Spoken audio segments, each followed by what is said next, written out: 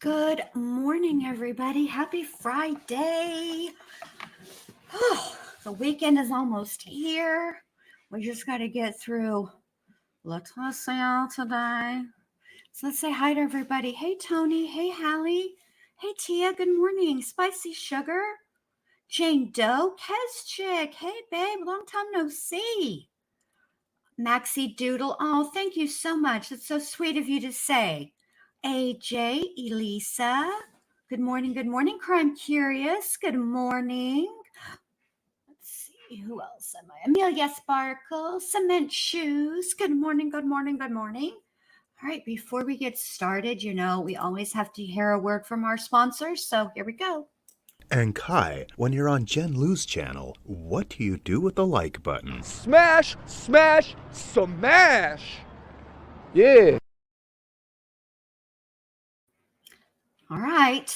So at some point, I know that there is I'm going to clip something because we have this is week 2 of the trial. It's going to be an 8-week trial. So we have 6 weeks left, right? Roughly. So this weekend I will work on clipping something for Letecia so I can put that up to remind everybody about, liking and all the things because, obviously she needs her very own little clip. Hey, Mama Stone, Thelma and Louise. Bendy Lou Who is here. All right. So when we last left off with one Letecia Stauch, she was in the interrogation room. Okay. And the last thing that they were talking about on that specific interview was the phone. All right. The issue was Letecia came in, just to recap briefly, Letecia came into the station.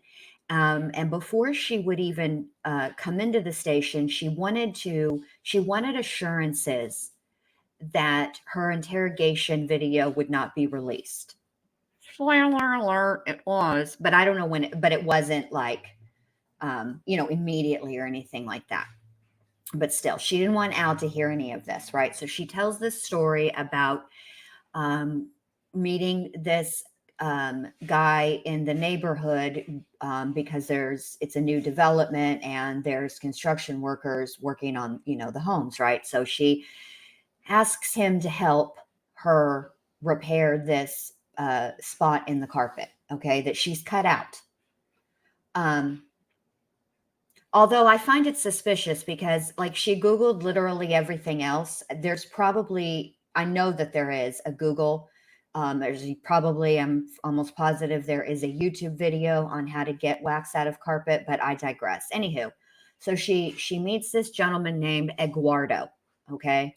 Now she gives him the garage door code to get into the house. Okay. And she and Gannon proceed on with the rest of their errands that they needed to run. So they arrive back home around somewhere between 2 and 2:30, I think is what she said. And she decides, I need to work out. So she puts her earbuds in and she is distracted because she hears a noise. So she goes downstairs to look. And at that point, she is then confronted by Eduardo. There is a bit of a tussle and he ends up SAing her.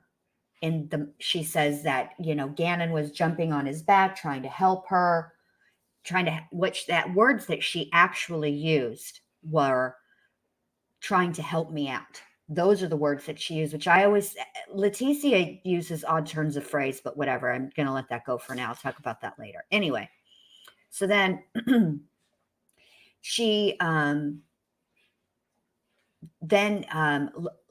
Lena, who is Gannon's younger sister, comes home, and Eduardo allows her to greet Lena and at the front door or back door. And Lena and Letecia tells Lena, hey, why don't you go ride your bike for a while? And Lena does this. Letecia returns back downstairs. There's another tussle and another assault. And then she hits her head not once, but twice. And she remembers that Eduardo demanded a suitcase and she gave him a brown suitcase. And after that, she has no idea what happened when she came to at about 4:30 or so, somewhere between 4 and 4:30, I guess. And then Gannon was nowhere to be found. Okay. That's where we left off. So the police, hearing this, oh, well, thank you, Crime Curious, for being at the ward. I appreciate that so much because I know and I appreciate all of you guys coming to the ward because, look, the truth of the matter is WebEx is streaming this. You could get the login and you could log in yourself and watch, right? There's 11 billion other channels streaming it, but y'all chose me and I appreciate that. So thank you. So then after the police hear this, right, of course, at this point, see, Gannon is now missing. Now, she came into the police station January 29th, 2020 at noon, okay? She was 2 hours late for her meeting. They had scheduled one at 10 a.m. and she was a no-call, no-show. Then she shows up at noon, all right? So, but the crime that they're investigating and the crime that was reported is Gannon is missing, right? So at this point, the detectives realized that essentially Letecia is her body is evidence, okay, because of an essay. And it occurred at the same time that Gannon was home. And then after the essay, Gannon goes missing. So they, so they want to take her to the hospital. She's like, no, I'll drive myself. But before I drive myself, I need to collect my thoughts. I need to get something to eat, on and on and on and on, right? And then she was told, and this is true, so I do understand her confusion a little bit, but we'll get into it. So at the beginning of the interview, in the interrogation, she's read her Miranda rights. She's not under arrest. She's free to leave at any time, and she can stop the interview at any time, okay? However, once the interview has been completed, she was still free to leave for a minute there, right? And what they wanted was her phone. Well, Letecia does not want to hand over her phone, okay? So at this point, now the detectives say, well, that's fine. Don't hand over your phone, but you're not free to leave. A, because your body has is evidence. B, we want that phone, and now we're going to go and get a search warrant. So that's kind of where we left off with the whole. Also, she does leave. I don't think they've showed this. Geez, Jen. I don't think they've shown this yet, but she does leave. They take her to the bathroom, okay? And for whatever reason, and only Letecia Stauch knows this, rather than flush the toilet or what, I don't even know, but she decides to stuff like paper towels or toilet paper down her pants. Don't ask me why. I don't know. I have no idea. So that's essentially pretty much where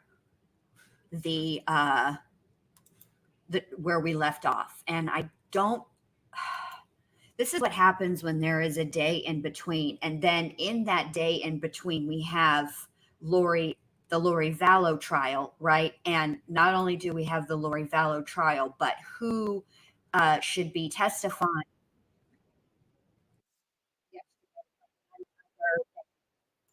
Melanie Gibb is testifying yesterday. So that was quite a distraction for me. And then it made me forget if they finished that interrogation video or not, which is my fault. It's my fault. It's nobody else's. It's not even Melanie's. I'm not even going to, I should not let Melanie get to me in such a way. They've already started in the courtroom, so I'm going to get us right over there. I'm going to rewind it just a little bit because they started a little early, but I think they're doing it out of the presence of the jury. So here we go. Let me hit the share and we'll get right into it.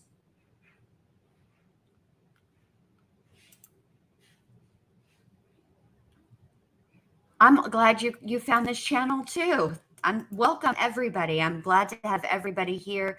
I am fascinated by Letecia. And I think the reason why is because I have covered a lot of trials in my day. I watched a lot of trials on my Primarily own. in this has certain scores though on it.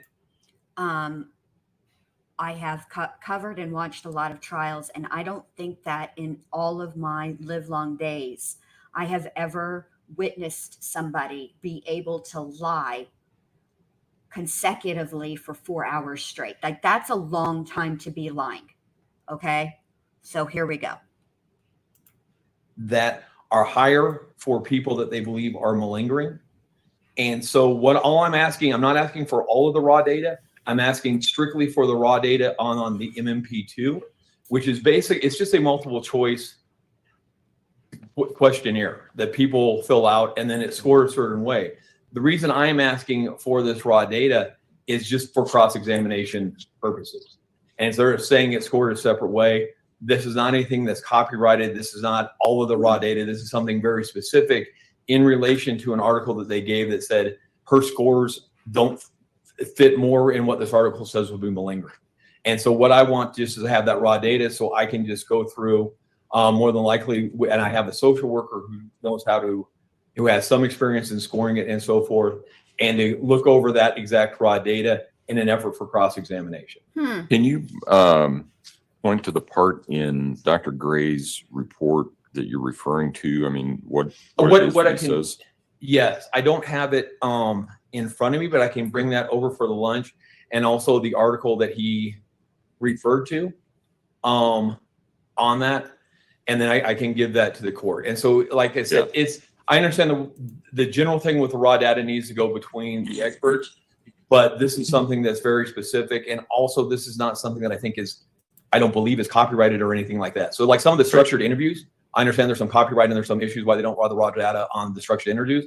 This is strictly a multiple choice questionnaire. And like I said, I'll bring all that for the court to be able to look at. Yeah, if you can do that, because I would agree. It sounds like what you're asking for is what article was it that he was relying upon that said that perhaps the MMPI2 may not be applicable, and you want to see that article so that you can. So let me rephrase. Okay. I have that article. Okay. That article Defense, says Angela. that certain questions on the MMP2, if answered in this way, indicate Let me malingering. just check that. Other answers on this indicate a more legitimate Yes, it's the dissociative defense. disorder. And the article actually says what group of questions are referring to that indicate this one way or the other. And Dr. Gray said he relied upon that article in scoring the MMP2 to come to Is it his the conclusion. prosecutor? And so I'll bring you Dr. Gray's Where's report the where other he says defense? that. Bring me the report And the article. Right. Yep. And then so your honor can see that. Yes, yep. That'll work. Because we're not getting to Dr. Gray today, so No, we don't it's- have this to- next weekend. It's the I took the defense. SVP for It's the Monday. defense. I don't necessarily need it on Monday. I just picked a date. Sure. Because Dr. Gray Okay. is the But I'm fine. state's And we can move that down Expert. once the court wants to look at it over the weekend and make a decision. Yep. I don't think we're going to get to them even next week. And so if I could have that stuff by Thursday, if the That's court's fine. appropriate, that would be totally fine. Okay. All right. Is there anything else that we need to address? That might be there, thanks. Defense? No, sir. Okay. Let's go ahead and bring the jury in.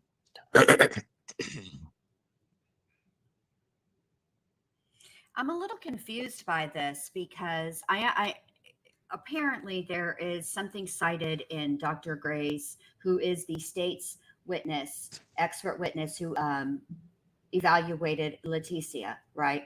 And there's something cited in there about malingering and an MMPI score, and he wants the raw data sent over to him so that he can have somebody analyze it themselves. But I'm curious why he brought up using a social worker, because wouldn't the better option be the expert witness that they hired, Dr. Lewis, given the fact that she also evaluated Letecia? All rise for the jury, please.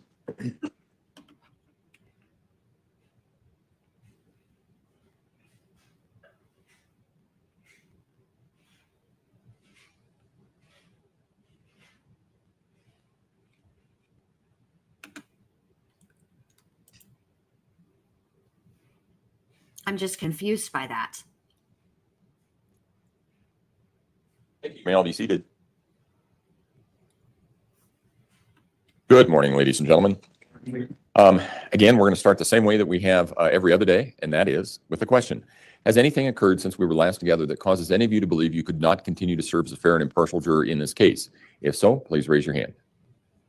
No response.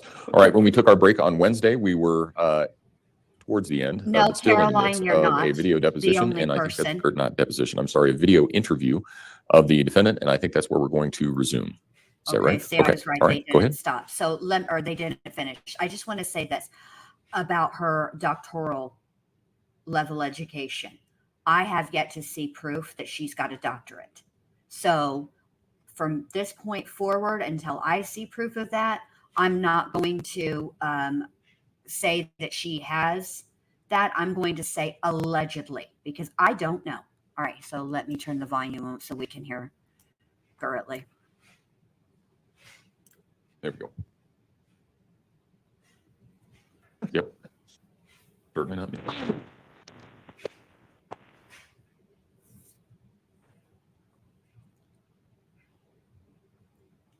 Okay.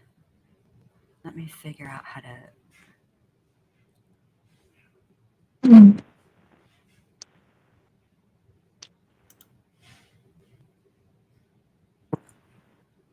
me fix this for you guys right quick.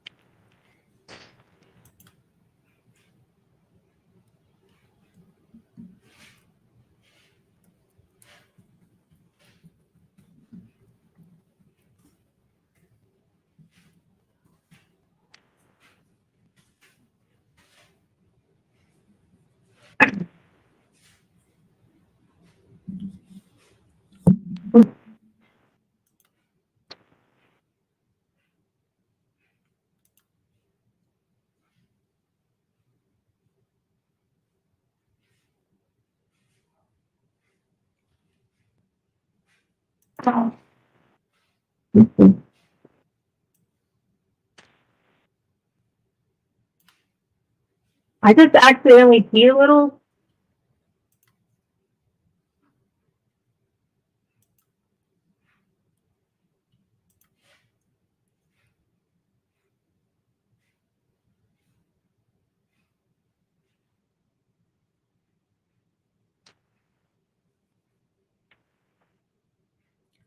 What I'll say about, Now my pants are wet. and I'm just sitting on the couch casually.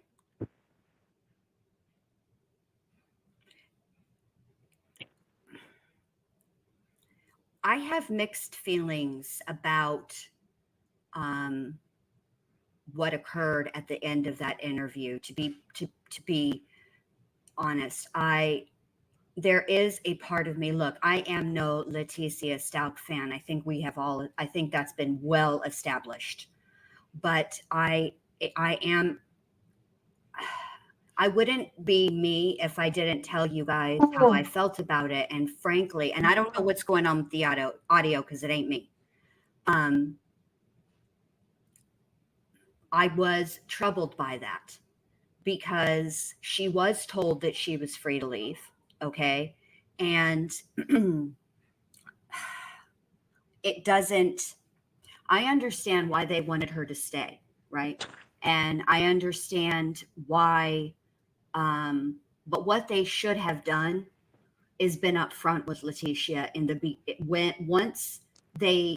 once she told her story about the essay, they should have said to her, well, listen, now you have evidence, your body has become evidence, and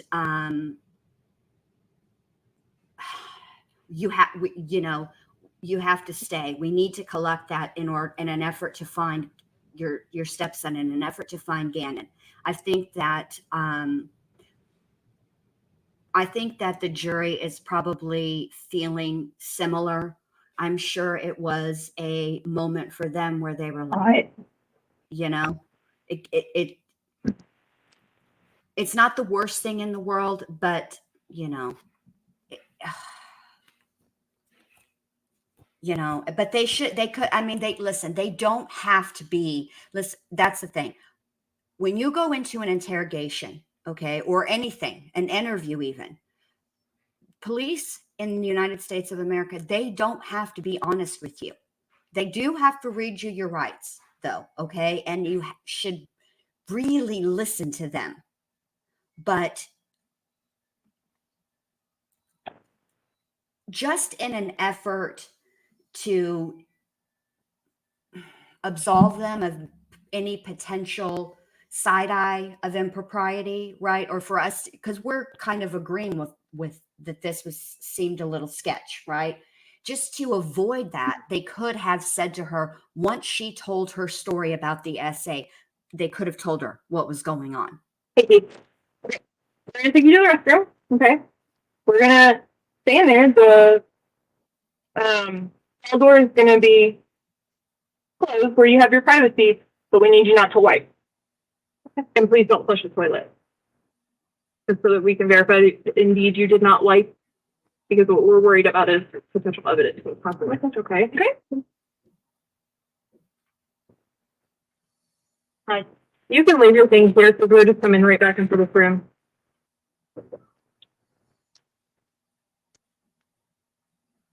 Well, no, I mean, they listen. Area, huh? sh- I'm sorry?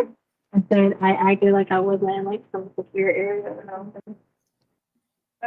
After the essay claim, yes, her body became evidence, and they could have just said to her, they could have just told her that.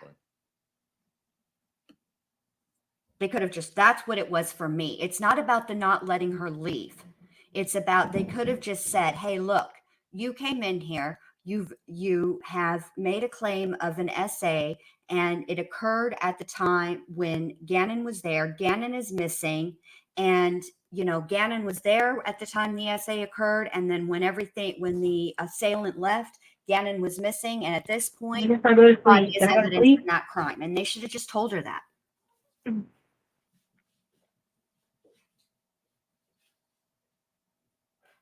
Hey, Candace.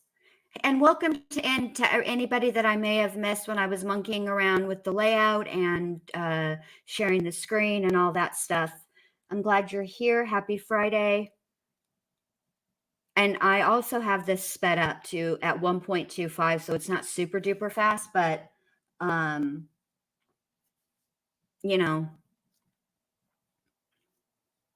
I like us to try to be not all the way even with but we are. Because I guess I wasn't behind enough. But yeah.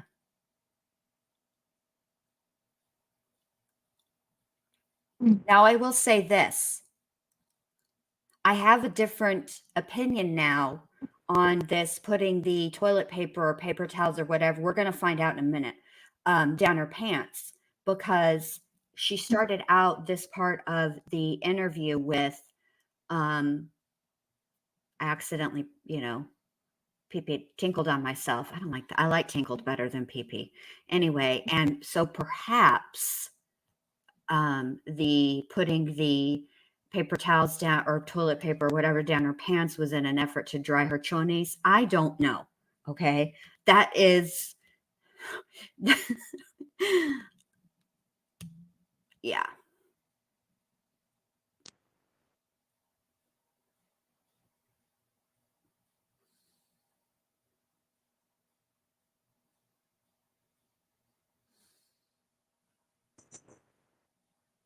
I don't even know what the point of that was at all myself, really, because I don't know that. I don't know. I don't know.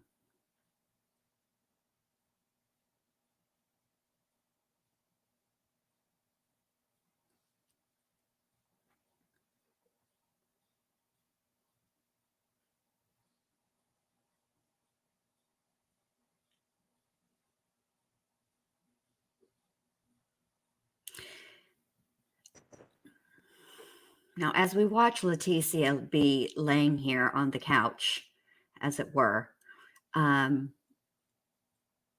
cannot remember where I heard this, read this, whatever the case may be, but somehow or another, it's in one of the 11 billion files in my brain. But I've heard it said that only the guilty can sleep in an interrogation room because an innocent person is worried.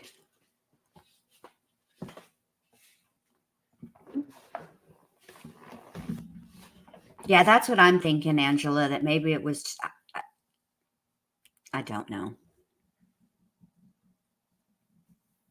Let me see. I'm trying, let me switch over to the bigger stream and let me see if I can see it. Okay. I have to say, just while we're watching this, because really nothing is going on. Tia, right? It's odd. Today it appears as if Letecia has washed and brushed her hair. So today we've decided grooming is a thing. Let me see if I can, if I put it on 720, if we can tell just a little better. No, not really.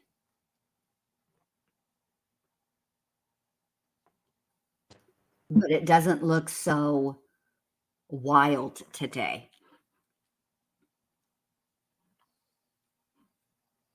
Put it back on 480 because it doesn't change the quality, but it, you know. Hey, Max. Good to see you, babe. Angry Mimi, are you feeling better? I hope so.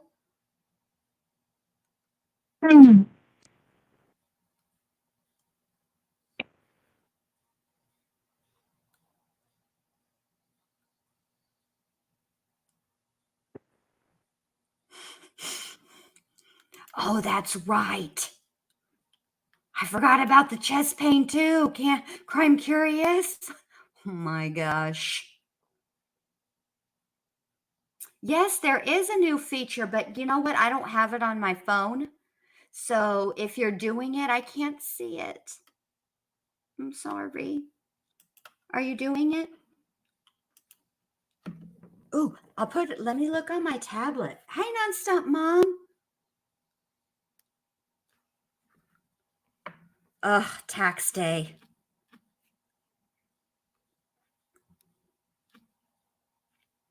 Hold on, let me look on the YouTubes and see if I have it on my tablet. Ooh, you sent 20. Let me see. Okay. Hold on. Oh, why am I? Geez, Jen, you need help today. It's already going to be one of those days. While we're just like chilling out, watching Letecia do whatever Letecia does, is doing here. Let me give you a little update on my schedule for today. Okay, I'm on the tablet. Let me see what it looks like, see if I can see it. I would like to let you guys know that at 5:30, tentatively Eastern time, I will be over on the Armchair Detectives channel because he wants to talk to me about this case.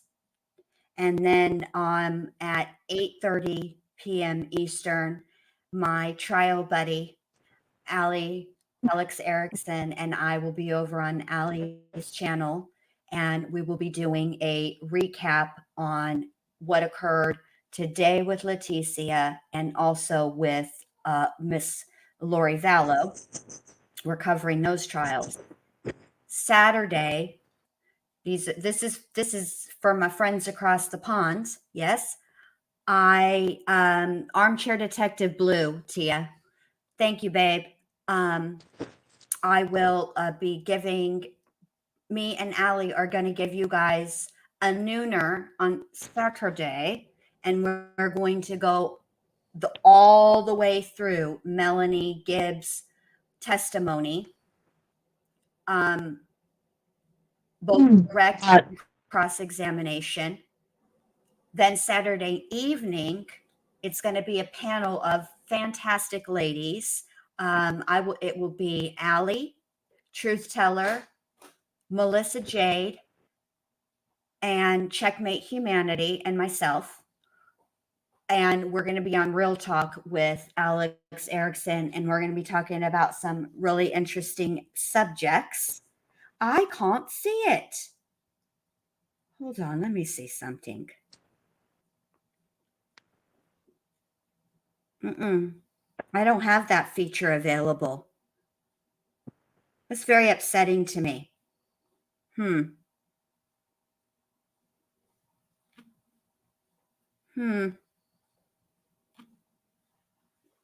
Hey, ATS. Good to see you, babe. Yeah, I don't have that feature. No me gusta.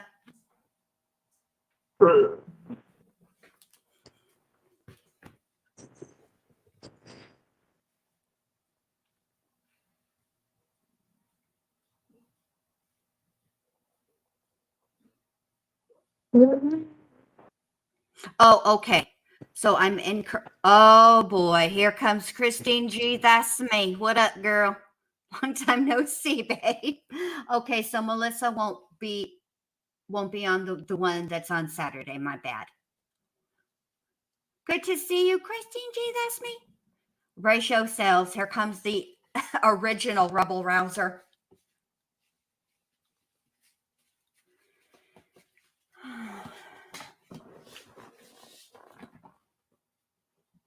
Hey, Christine G. That's me. Is there any way to clean up this video of Letecia in the interrogation room so that I can definitively know once and for all if she is in there without shoes on? I just need to stretch. Absolutely. I'm going to make a community post, AJ, and give you guys the full rundown of my schedule. It's going to be a busy day for me today. Busy weekend, but it's good. I love it. It keeps me out of trouble. Is there anything I can read or do? Well, Letecia, let me give you a page out of some of the greats' handbooks of what to do in the interrogation room when you're left all alone.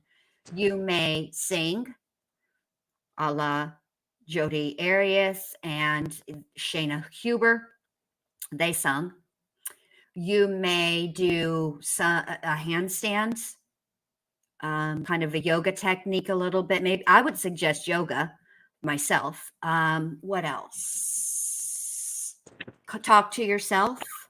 And by that, I mean, be sure to ask the question out loud and then also answer the question. That's important. Thank you, Laura, very much. Thank you so much. Hey, Letchia Noir, listening at work. Thank you so much. Thank you so much. So yeah, those are things we could do.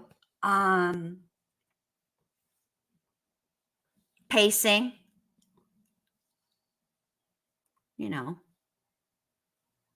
like you're doing right now.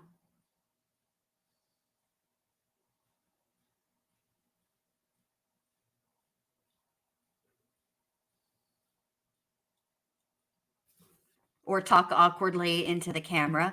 I mean, come on. Listen, Letecia, I know that you use your imagination. Clearly, you have a great one.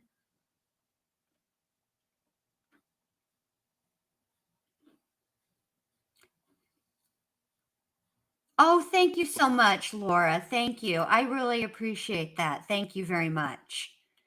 I'm super excited. I feel very home here already. Yes, there's that too. Some ballet, maybe a pirouette. Maybe you could go up on full toe. Practice your ballet positions. Count the cracks in the ceiling. Oh yeah, I promise. Yeah, I believe this too. I believe that Letecia Stauch in this moment in time in 2020 is chock full of regrets.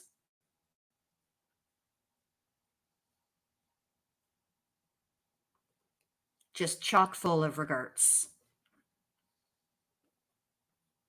You're right. Let me tell you about one Alice. Alice loves this house. It's bigger, and we're not like all on kind of, squished into like one area. The layout is more open. And so Alice and Mac, much like, not unlike stepbrothers, have declared this house fantastic because there is plenty of room for activities. And in fact, I don't know if you guys actually were able to hear in the background, they were running through the house, chasing each other. They love it. So, Max, what I understand is that she did indeed end up going to the hospital. Okay. Now, there were 2 exams. He's waiting for the one. One was voluntary and one was not.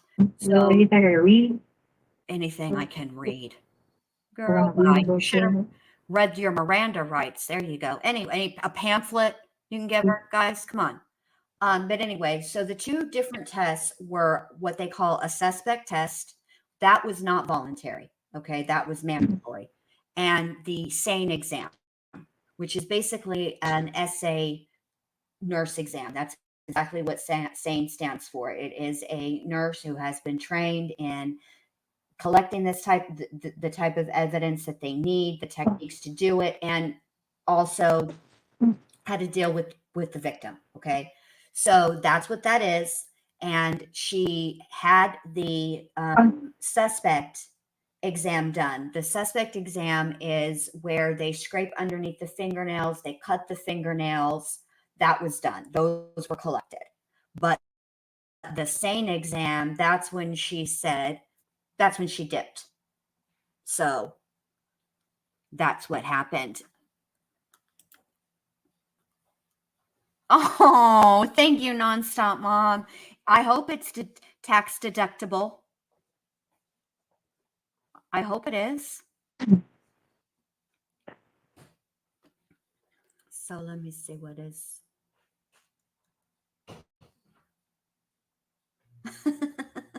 Yeah, Alice loves the new house. She does. She does. I'm having really bad chest pain. Oh, having really bad chest pain. Like right here. Like right here. Mm-hmm. Where your chest is? My chest. Hey, sit down. We'll call for help. Bad chest pain. I need to probably Okay. get out of the clothes in. Just sit in the couch. So you tell me we can't do it. I'm telling you, we're going to call for help right now, but I want you to sit down. I can't breathe. Will you help me? I'm just asking to be out. I can breathe. No, Tight and closed, not claustrophobic. you just need to sit down on the couch. Questions. Really hurting stuff. Sit down on the couch. Oh, Here. I can't breathe. I'm just asking you to open the door.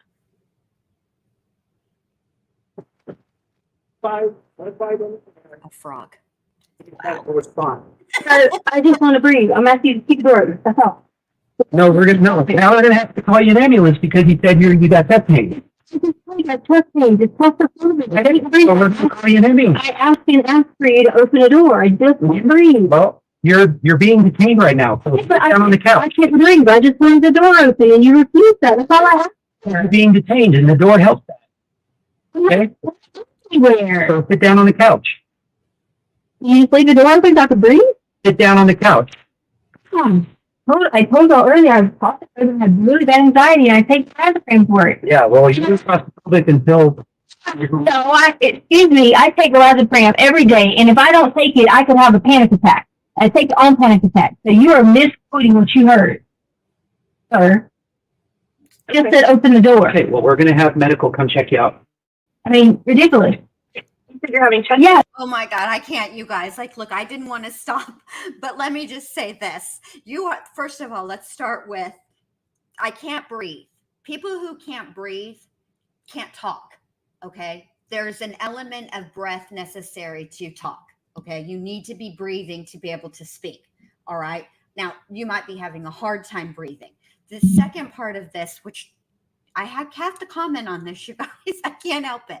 Here comes the officer. Well, you're being detained and the door helps us with that. Yes. it's very difficult to detain a person or an animal or anything really if the area is open in some way. If there's an escape, if there's a place where they can escape, that negates the detaining element in detaining, right? So yeah, she's really freaking out. And then at the very end, she says, "Sir," all right, Letecia, "excuse me, I take lorazepam every day." Girl, bye. I just Lorazepam is put a little the door's been closed. I haven't taken my anxiety medicine. I've taken it so many days in a row. I'm having. You had told me, I don't ever take it except on panic attacks. yes, you had told me earlier that you don't take it on a regular basis. I don't. But whenever, When I put it in the last few days, I feel like I am. That's why I kept asking you to open the door. So now this gentleman thinks that I'm being frustrating to deal with him when I asked several times just to open the door and let me get fresh air. That's all I asked you several times. would it be helpful? Like, do you have your lorazepam? No, I don't. Put it in your car. So listen, this is interesting to me. You take lorazepam on a daily, as needed basis, whatever the case is, because you've just said about 30 different things in this like brief clip here. But I want to answer Nonstop Mom. The reason that they are keeping her there, no, they cannot force her to do a SANE exam. That is true. However, right now, what has happened is they want her phone. So now they're detaining her because she does have evidence on her body, and they can make her do a suspect exam, which is where they clip the fingernails and scrape underneath the fingernails. But they're waiting on a search warrant for her phone because she didn't want to give the phone over to them either. Okay. Here we go. Letecia. Oh, I know. How? That's why I said I opened the door. Like, do you want to see a medical personnel or? I mean, I wanted the door open because I was having symptoms. That's all. So what I need very clearly from you right now is for you to tell me whether or not you feel like you are having a medical emergency. Panic attack now. Okay. Do you feel like you're having a medical emergency that you need to be seen by a medical provider for? I mean, not probably at the moment, but I am having chest pains, and usually it's a panic attack overing. Okay. I mean, I haven't taken it, so it's like taking me off of it because I couldn't get to it yesterday. I've had zero anxiety since I was 16. I'm sorry to hear that. Yeah. So I literally opened the door and asked him, could I just open the door? That's all. And he started making accusations. Okay. Well, I'm sure that wasn't his intention. That's Sure he wasn't never his intention, but I didn't come on interview. Have I came at you been disrespectful to you? No, and I hope that you don't feel like I've been disrespectful No, to you either. that was very unprofessional. What you did. I don't think so. I was even call it medical. That's No, that's not what you said. That's not what you Okay. said. But, No, that's true right then. That's on recording. but that is not what you said. You started making up reasons why when I do have testing. Okay. Well, I believe that you have something. So like I said, if you would like medical attention, then we can get you medical Okay, right attention. back. Is that what you want? Yes. Okay. Thank you. That's what he told me to getting. And he told me to sit back down and shut the I'll door. sit here with her if you want to. Thank you. Just leave the door open. That's all I'm asking. Want the door open. So we'll get somebody to come check you out. Do you have any kind of, other than the anxiety disorder, do you have any other medical conditions that we should be aware of? No, I'm just hungry and tired, and Okay. when I get like this, I panic attack. Okay. So, I mean, I gave you a hot pocket earlier. Is there something else that I can get for you? Do you want a sandwich? Do you want have burrito? I have tamales. We have all kinds of stuff here. We can order something if there's something that you need to eat. You just got to tell me what it is. What would you like? I mean, obviously, I'm not going to buy lobster, but what would you like to eat? First, I would like to be big. Can they like help me with anxiety medicine? You need somebody to bring your anxiety medicine? Like, We have anxiety medicine here. yeah, So I'm saying you said you could call medical professional. sure, I can call an EMT. Like they're gonna call an EMT. Thank you. But they're not going to be able to dispense medication to you. If you have a prescription, I mean, maybe your husband can bring it and we can get you your medication. You can self-administer what you already have prescribed to you. Sorry, I'm pulling up right here. Huh? My throat is blowing now. And all I asked was for the door to be opened. Okay, well, it's open. I know, but he was very like rude about it. Just could have please read. That's all. Well, maybe you two, y'all personalities don't click. You know, sometimes it happens. But come on, I'm a human being. It's the door. Clearly, I'm not going anywhere. The door. Fine, open the door. That's all I ask. Well, it's open now. So we Yes, can- I appreciate you saying.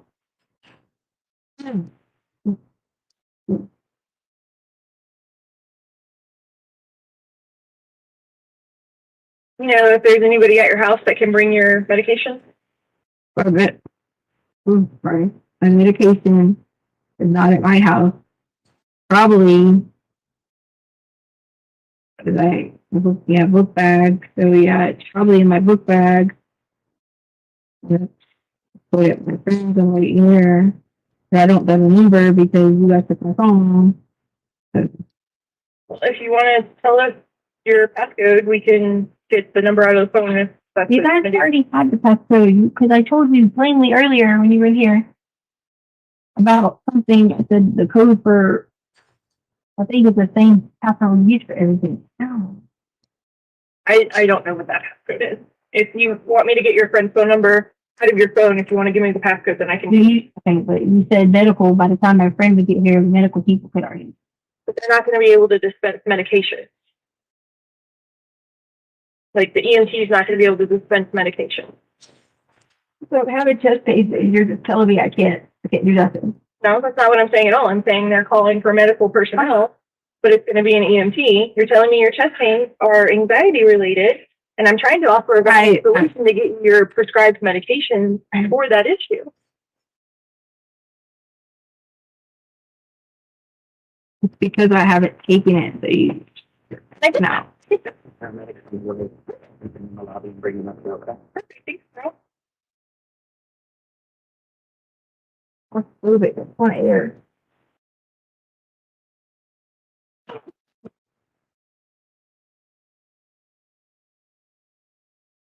Do you have any, like, you know, some people, whenever they have anxiety attacks and stuff like that, they have like little like songs that they sing to themselves or things that they think about that kind of help calm their mind, calm their anxiety. Do you have anything like that? Maybe like a favorite vacation that you've been on?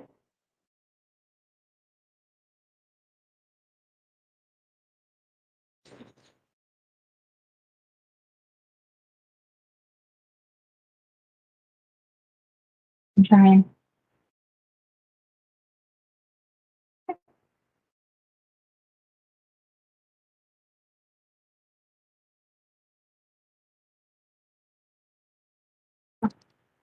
What's your favorite vacation you've ever been on? Mm-hmm. Aruba. What did you do while you were in Aruba? All right, gotta breathe. Sure.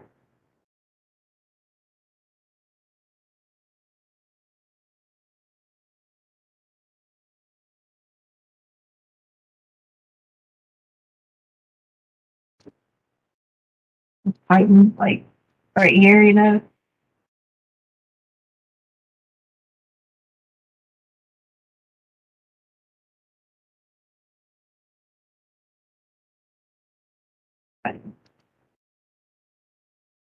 Thanks, President. Absolutely.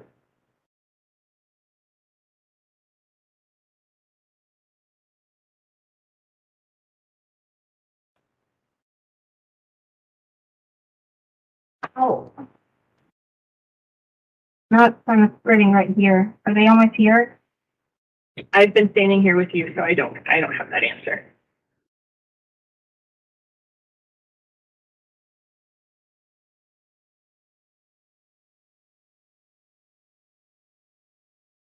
When was the last time you took your lorazepam? Okay. I'm saying like you take that like that policy that amount, you can't just not take it the next day. You have to like. Right. So I'm asking, when was the last time you took it? So I was taking it yesterday. What's today? What is today? Today It's the is day of the week. Wednesday. Yeah. So I didn't take it Tuesday. Or A.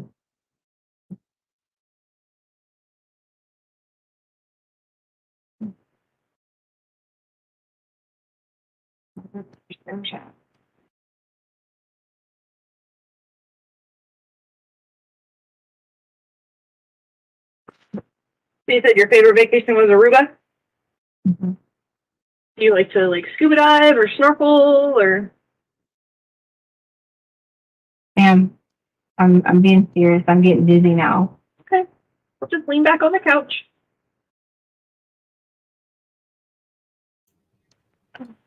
Yeah, I like Talking boating this whole activities. time. Boating activities. Yeah. Yep, feel free to put your feet up if you need to. I don't care about y'all taking my what's it called? What?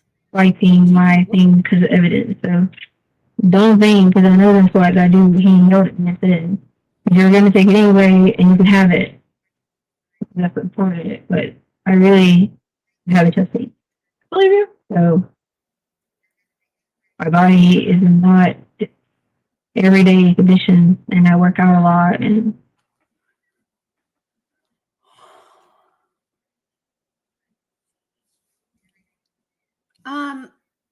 Okay, Letecia.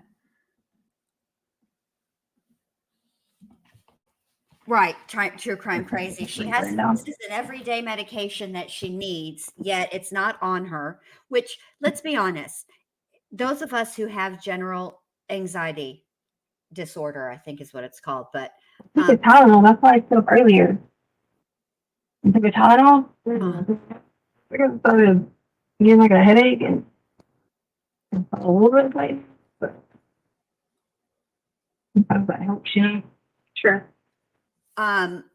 know when we're about to be in a stressful situation, right? Like this is, let's say that she was 100% innocent in this, right? She's only a witness. She's not the perpetrator, right? This would be, your stepson is missing.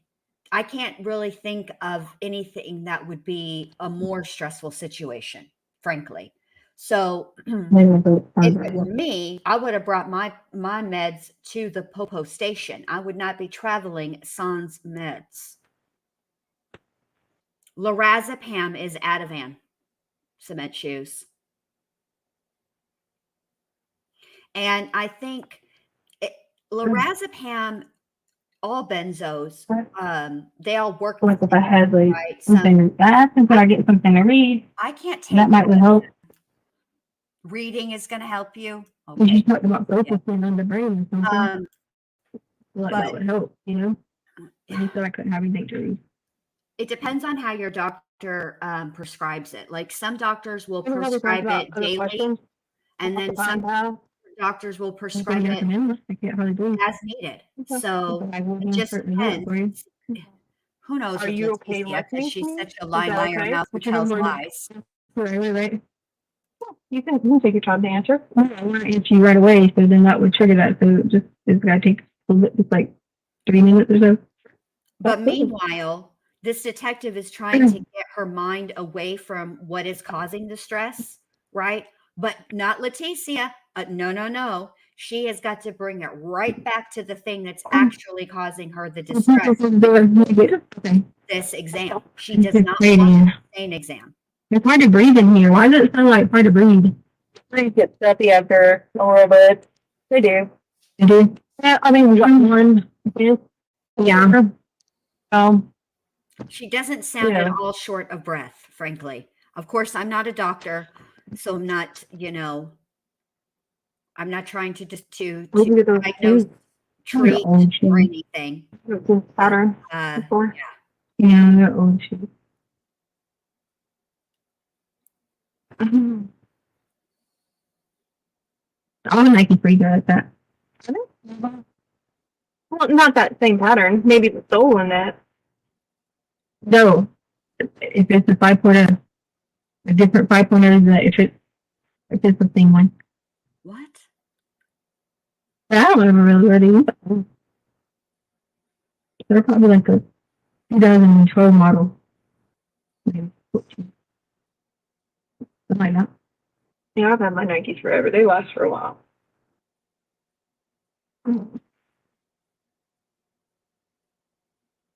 Are they coming? I need to get some oxygen. That's coming. Because sometimes if you I did. I couldn't breathe. you can't breathe, Mm-hmm. if you have a bit of anxiety, is that right? Well, I guess really bad by diet changes and like lifestyle changes, and I can't breathe. So I asked that guy to open the door and he told me no and shut it and like leave. Diet changes. Bruh. Can't That wait. right, Yeah, I blinked. There. Here we are. That's all fair. Thank you. You sure? Yeah. I am paramedic fire department. What's going on? I have a little bit of chest pain. So just like right here now I can't breathe. I just tried to get him to open the door so I could breathe, but Okay. he wouldn't. What did you put? It's very important for I didn't have like I took a Razorban. So I don't know if it might be anxiety related, but Okay. I don't I'm know. gonna just check it. I had anxiety since I was like,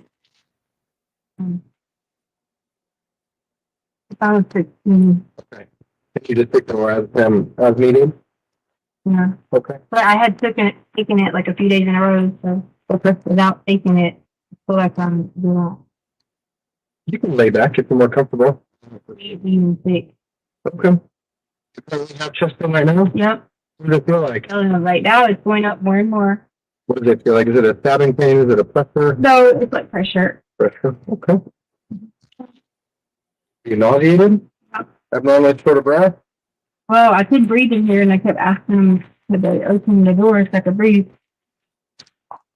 Okay. We're just gonna check your heart. Put some stickers on you and take a picture of the electrical activity of your heart there. Any other medical problems other than anxiety? Any other one? I mean, like dealing with that area in general. In general?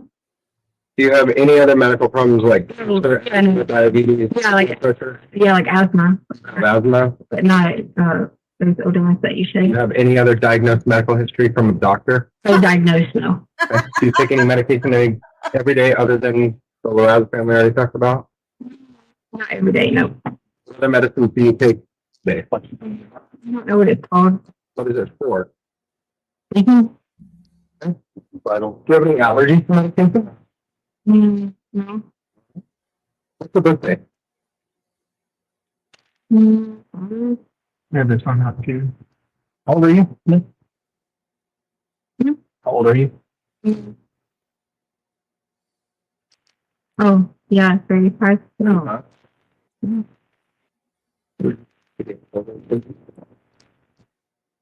Dan, what's your date of birth? 35. What's that? 35. No, what's your date of birth? What day were you born? In what year? 35. Okay, we're gonna come up with. Yeah, sure. Take a good look at your heart, okay? Did I ask anything wrong? I don't understand. I'm just asking what your birthday is. Oh, And you keep saying 35. okay. What do you think about? What day in August? Well, we're gonna have to put some stickers right underneath your left breast here so we can take a look at your heart. What year? Oh. 1983. 1982.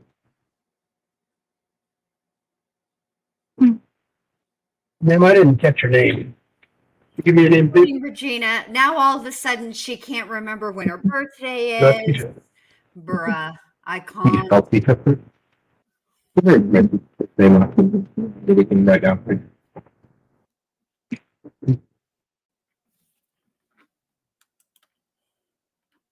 I can't. Ma'am, when's the last time you had problems with your anxiety? I have it around like whenever I don't eat and don't, like exercise and different routines. Right, David. There's if I have Any drugs or alcohol today? Mm-hmm. an opportunity Yeah. What have you taken? take some anxiety Yeah. medication. Are you able to fall asleep about them? Time I could do I'm it. asking if you've Between drugs or alcohol. Pop shop. Oh, yeah, like turn off.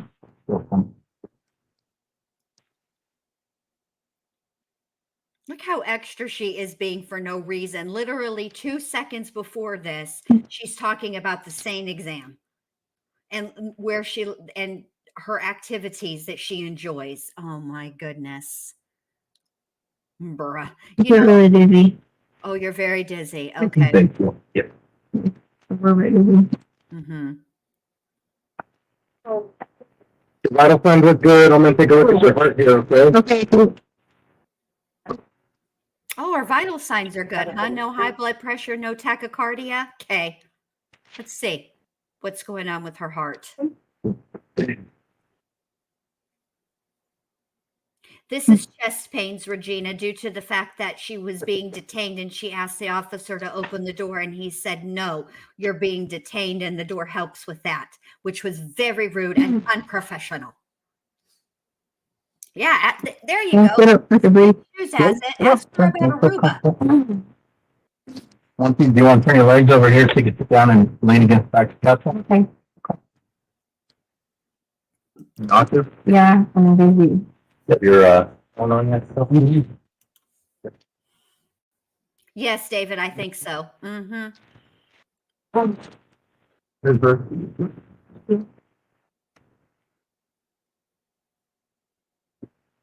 Y'all, is she covering her ears? Kind of going down to my stomach. Headphones and trying to hear. Have we been Like right here. analyzing Letecia? Okay. Correct, crime. Listen, we don't, this. That's a very astute and logical point. Okay, we don't have time for astute and logical when it comes to Letecia. She is neither. Hey, while you're here, Crime Curious, do you know if Agent Kobek from I'm really breathing. You're getting enough oxygen? I know, but I can't really breathe. I just want, like, you got, is it like some oxygen, air? That's one thing. You're getting enough oxygen. Right now, you need to control your breathing. Okay, I'm trying. Slow your breathing down, okay? yeah, they put a pulse ox Because on you know you. with anxiety, if you start over breathing, then you're going to develop that chest pain. Okay, so that's probably what's going on. I'm trying. I think that's going to work. Turn on. Correct, Crime Curious. And she's Turn on. Paramedics are discussing what they're looking at on the monitor. Okay, right here. Yep, they're looking at it right now. Why am I doing this? I just been breathing, that's all. I'm sorry? I just been having breathing problems, that's all. Mm-hmm. Not, Pretty consistent with your anxiety. not like this, I don't need this. Yeah, I got you. Here you go. Well, I'm sending it right now. Ma'am, would you like to go to the hospital? Yeah. Your heart looks good, everything looks normal. Yes, I want Okay, which hospital would you like to go to? I mean, I don't even know where I'm at. Okay, you're good now, so Memorial is the closest. Okay. Yeah. Sounds good. My phone stickers.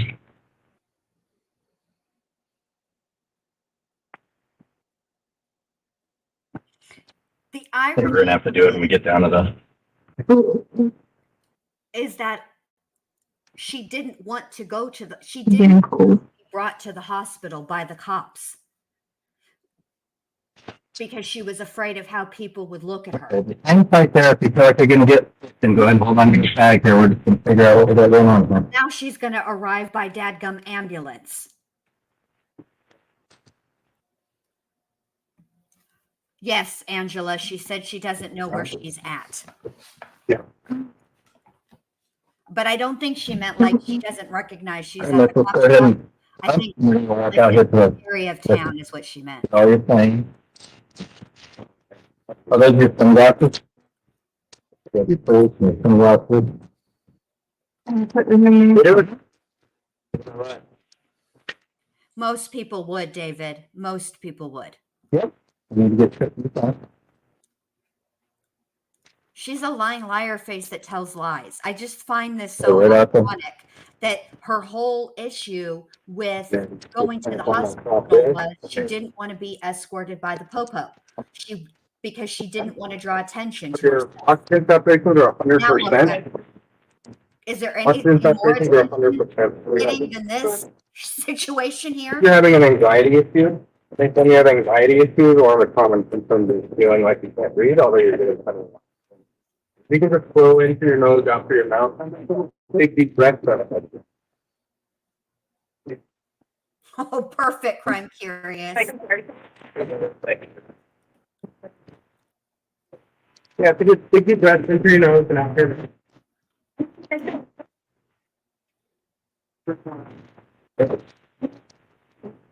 I can hardly wait. I'm sure that's We going to gotta- we gotta- be riddled with honesty. Okay. Bless it. She's such a mess.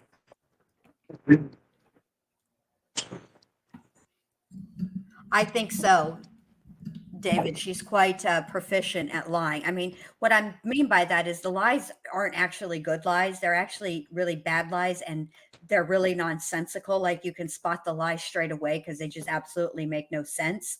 But that does not stop her. We just would bring Jessica Bethel back to the stand, Judge. Ms. Bethel, if you would resume your seat in the witness stand, I remind you, ma'am, that you're still under oath.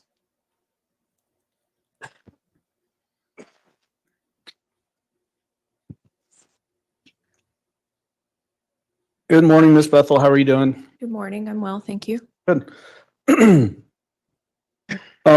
You told us on Wednesday when you were here how many homicide investigations you were involved with. Can you remind us again how many that is? Over 100. Is it fairly common in your experience that when people are at the sheriff's office on a murder investigation and detained that they can get very nervous? Yes. Is that what was apparent with the defendant there at the end of that video? Yes. Overruled, I think she can offer an opinion regarding Her her experience based on other, the responses of other people that she's been in contact with. So go ahead and answer that. Yes.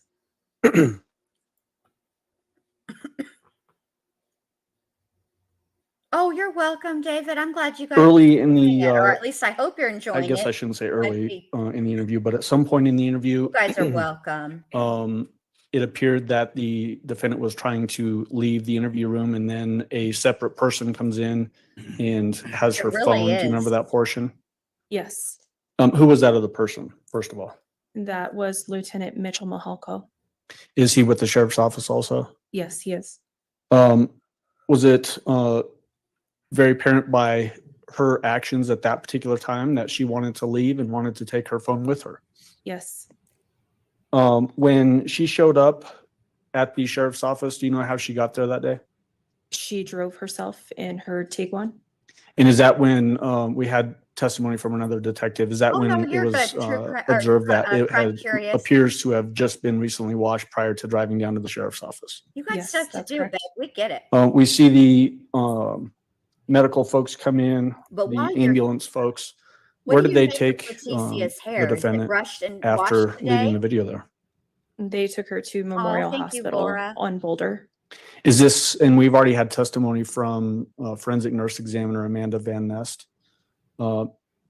Is that interaction with the FNE, the nurse, does that occur as soon as she gets to the hospital when she leaves the sheriff's office here? That interaction did not occur immediately when she got to the hospital, no. I mean, the same day. Yes. That's what I mean. I shouldn't have said the word immediately. But she goes from the sheriff's office by ambulance directly to the hospital. And then at the hospital is where she interacts. Sustained. It is a little leading. Rephrase. Sure. Does she leave directly from the sheriff's office in an ambulance? Yes, she did. Did the ambulance drive her directly to Memorial Hospital? Yes. At Memorial Hospital, is that when she had contact, she being the defendant, had contact with forensic nurse examiner Amanda Van Nest? Yes, that's correct.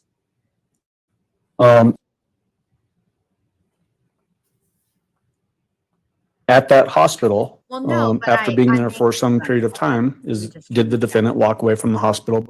But based on what we can see, and see, you've been in the courtroom, right? So I know you know what her wild hair days have looked like. So, but based on that knowledge And then what we can see today, does it appear to you, I feel like a lawyer, does it appear to you that she has brushed and washed her hair today? Oh my gosh, that's such a ridiculous question. I can't, but I'm just curious because it looks tame today. And potentially have a panic attack. Object relevant. Sustained. So I want to jump ahead in time. After the defendant left the hospital on January 29th, were you aware of where she was? Throughout the investigation, I was aware at certain times, yes. Okay. Were you aware of when she actually moved things out of her house on 6627 Mandan Drive? Yes, What day was that? the 31st of January. So 2 days after your interaction with her at the sheriff's office. Yes, In between those two events, did you have any other personal contact with her face to face? I did not. Did you attempt to have any personal contact with her face to face? I did not.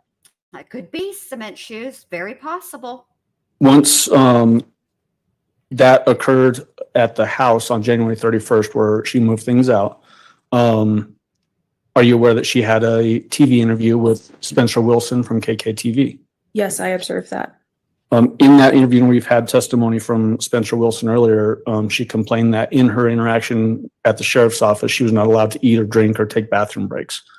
Was she allowed to do those things at the sheriff's office? Yes, she was offered those things.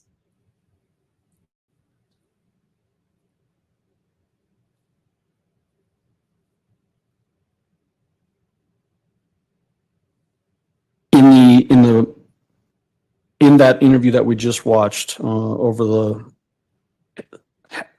in the day on Wednesday and then this morning, at some point the defendant made a reference to you about, well, you've been in my house, you know what it's like there. When did you actually ever go to the house? I went to the house, I believe it was in February. February 21st, sound right? That does sound correct. Is it typical that the lead detective potentially wouldn't have to go to scene like that, at least early on? Yes, they would go typically early on. What about the idea that at the beginning it's reported as a runway and you don't know necessarily that where a scene might be that you need to look at? Does that play into the fact that you don't go as early? Yes. This is leading. No, it does not suggest the answer. Overruled. Go ahead. Yes.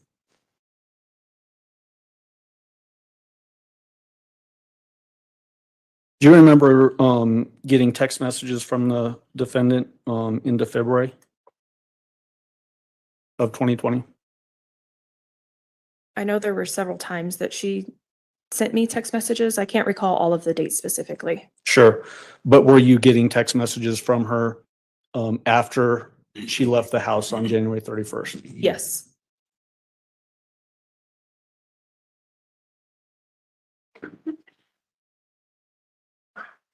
Did you become aware of the defendant attempting to get her passport and bag back from evidence? Yes. Do you remember when that occurred?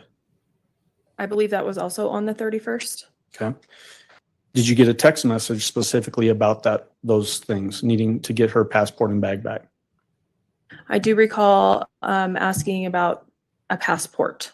Do you remember when that was? I don't recall the date, no. If I showed you your report, would that refresh your memory? Yes. Okay. Your Honor, may I approach the witness with her report, which is pagination 010980. You may go ahead.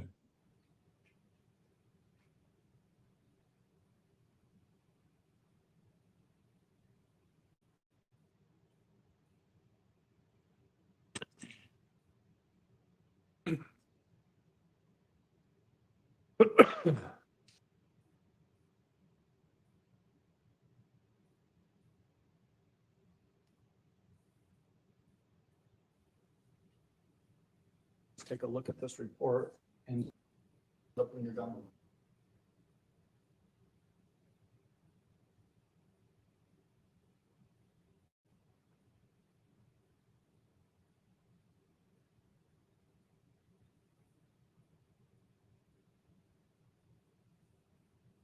Do you remember that text message?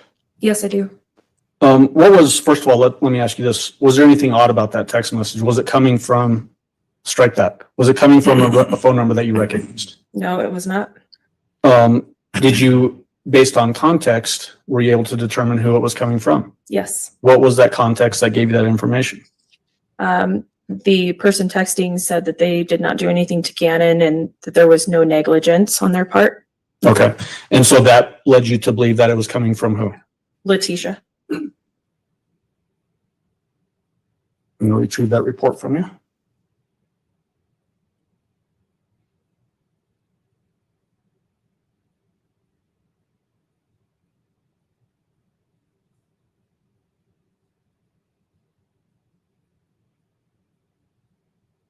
At some point, was a decision made to travel to South Carolina?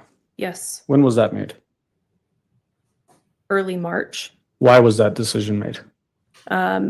Letecia had fled to South Carolina, and by that time I had obtained probable cause and authored an arrest warrant for her, which was signed off by a judge at the El Paso County Courthouse. And so we went to Myrtle Beach to arrest her. When you say we, can you tell us who all was involved in that process? It was members from the local FBI, Detective Mark Riley and myself, and also local law enforcement and members of the FBI in Myrtle Beach. Was that arrest actually effected in Myrtle Beach, South Carolina? Yes.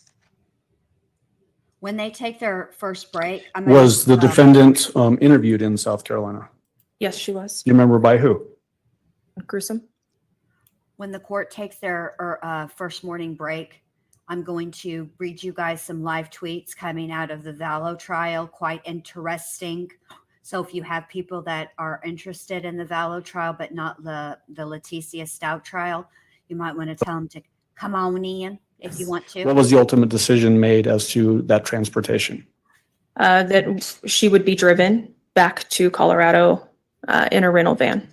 Who was involved in driving her back? Myself and Detective Riley, and later on Deputy Michaela James. Oh, we're about to get So did you actually stop somewhere in the middle of that drive from South Carolina to Colorado to pick up the other deputy that you just mentioned? Yes, we did. How long did that drive last? More than 24 hours. Were you with the defendant the entire? Yes. What was her demeanor like during that transportation? She was calm. She ate, she sang songs, she played trivia. Was she able to have conversations? Yes. Conversations that were not related to the investigation? Yes. Were they appropriate conversations, meaning if she's saying things, did they make sense? Yes. Was she able to eat and drink? Yes. Was she able to use the restroom? Yes, she was. And you mentioned trivia and singing songs. Was that something that all of you were sort of doing in the vehicle? Yes, just to pass the time. And was she participating in that in an appropriate way, meaning nothing seemed out of the ordinary? That's correct, yes. Then what happened? The entirety of that transport from South Carolina to Colorado, was that audio and video recorded? Yes. Thankfully, we're not going to play all of those hours of video, okay? Correct. But why was that audio and video recorded? I was concerned with her previous behavior that she may do something. And so I wanted to have documentation of the transport. Okay. So I want to bring up to you People's Exhibit 338.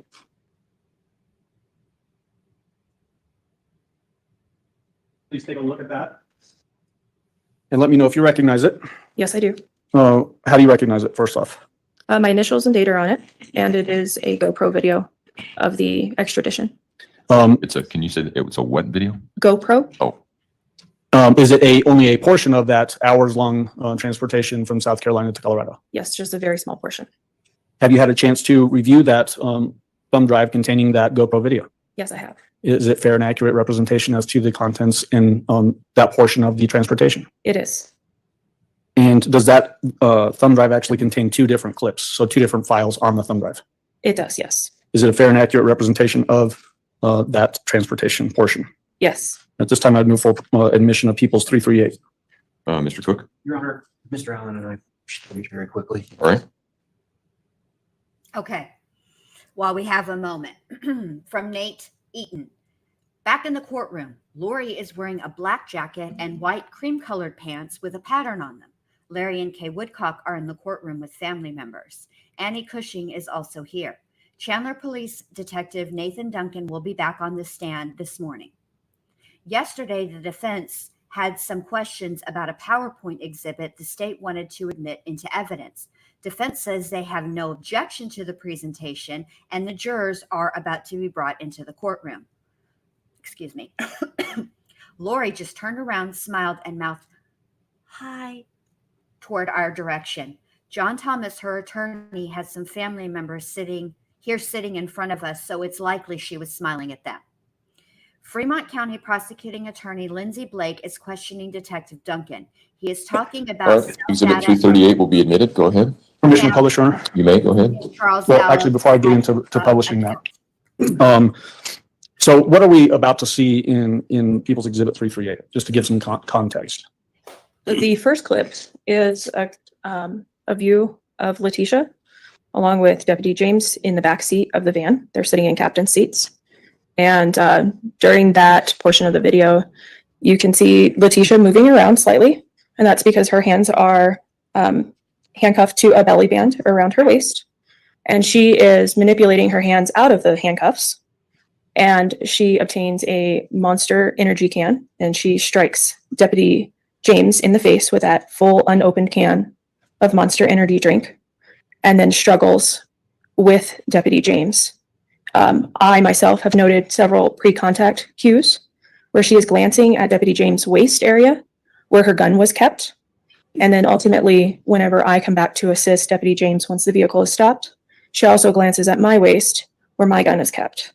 I took that to be a threat that she was attempting to obtain one of our weapons. So let's have some context. Where did this occur in that travel from South Carolina to Colorado? This is in Kansas on Interstate Wow, 70, indeed. What approximate speed were you all traveling when this occurred? about 75 miles an hour. What was the reaction to this action by the defendant to who was driving? Deputy Riley was. What was his reaction to that happening in the backseat of the van? We immediately start giving commands to Letecia to stop. And as we're doing that, Deputy Riley pulled over to the shoulder of the interstate. Thankfully, there was an area clear for us to pull over, and he slammed on the brakes, which put her into the back seat of my seat. Was that a highly dangerous situation that was unfolding? Absolutely, yes. What made it highly dangerous? Ms. Stauch was already suspected of murder, and she assaulted a deputy who was armed and attempted to obtain her firearm. What about the fact that you're on the highway and that action or reaction by Detective Riley had to occur? Did that also enhance the dangerousness of it? Yes, he wasn't able to exit the vehicle to immediately help us because of traffic that was traveling so quickly next to us. All right, let's go ahead and play that. And I believe it's 21 minutes. Would you like me to stay up for this? Is it? I'm fine with, yeah, it's roughly that. Okay, you can go ahead and step down. Thank you.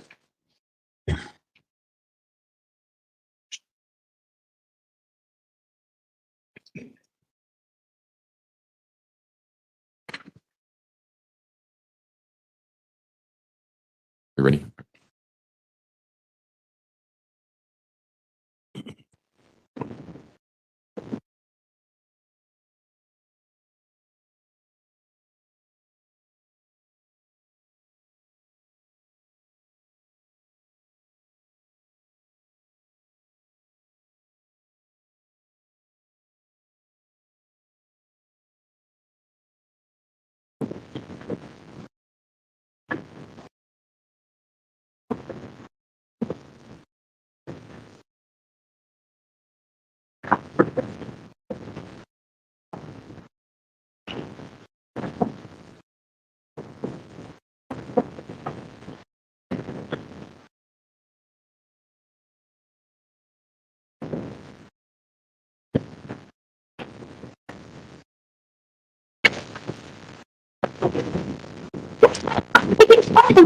Stop! She keeps threatening me.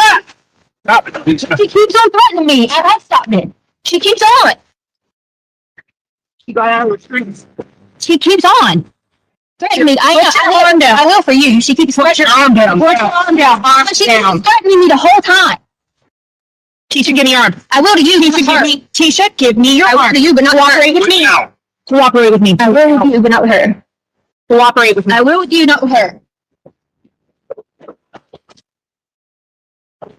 Tisha? I will with you. I said I would. Give me your arm now. I said I would with you. I said I would with you. And I wouldn't use. Stop resisting. I'm not resisting. I said I would with her. Let her not touch me. Go ahead. I got her on. I have some. Stop I'm not resisting. Yes, you are. Stop it.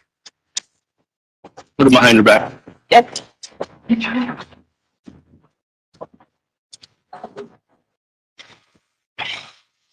Tisha, stop it. I'm not even doing anything.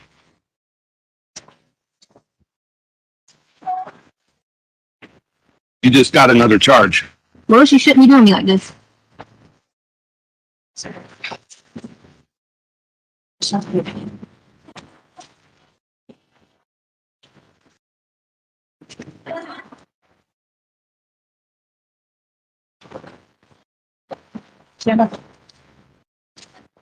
Stop trying to turn. I'm not trying to turn.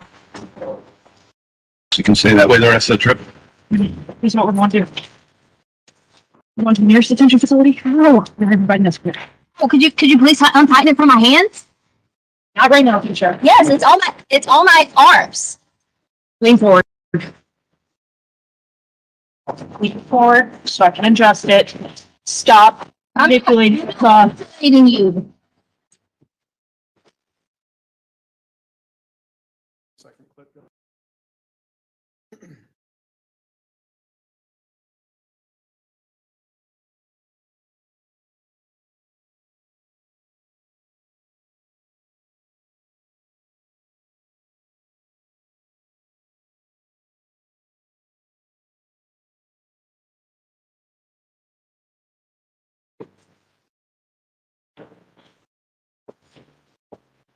You good?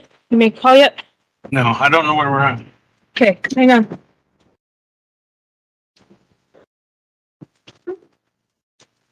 Lock the doors.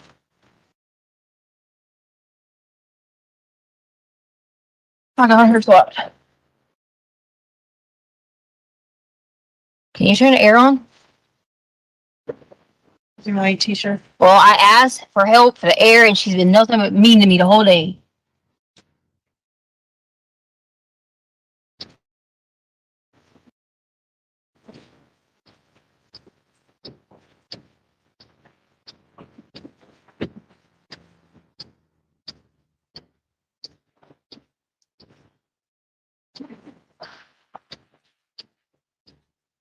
I can't breathe. Stop. I can't breathe. Just open it so I can breathe. That's all I'm asking for is to breathe. I'm just asking to breathe. That's it. Is to breathe. That's all I want to do is breathe. 2600 Avenue. Right by Pretty Horses. On 70. I'm not resisting her.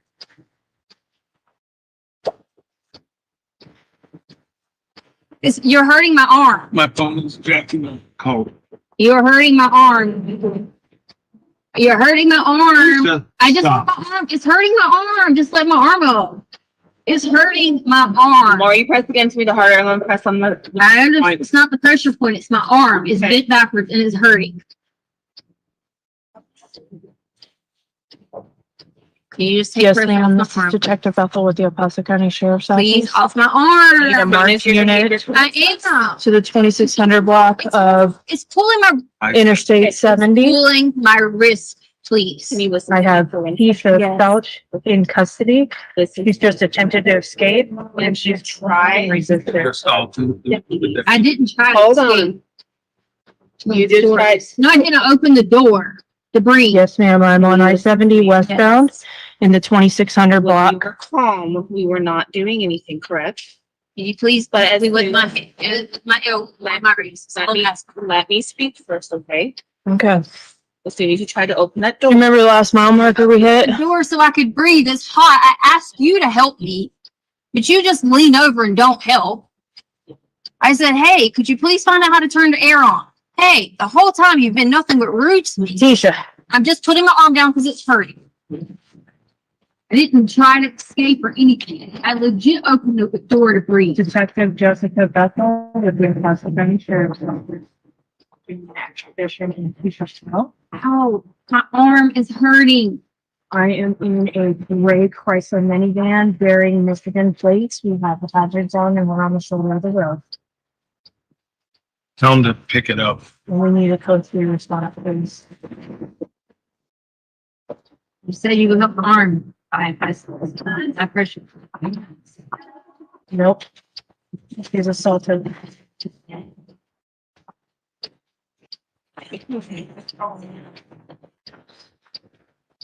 Ow, it's hurting. Boy Edward Tom Henry Edward Indian. Hurting my arm. It's hurting. 8/4/83 is her birthday. I did not try to escape. No, man, I have Wait, 2 no, other Tell us deputies the with me. story. SRT. Could not breathe. I asked you to open the door. Yep. We've got her under Yes, ma'am. control right now. We've got Kansas coming out here now.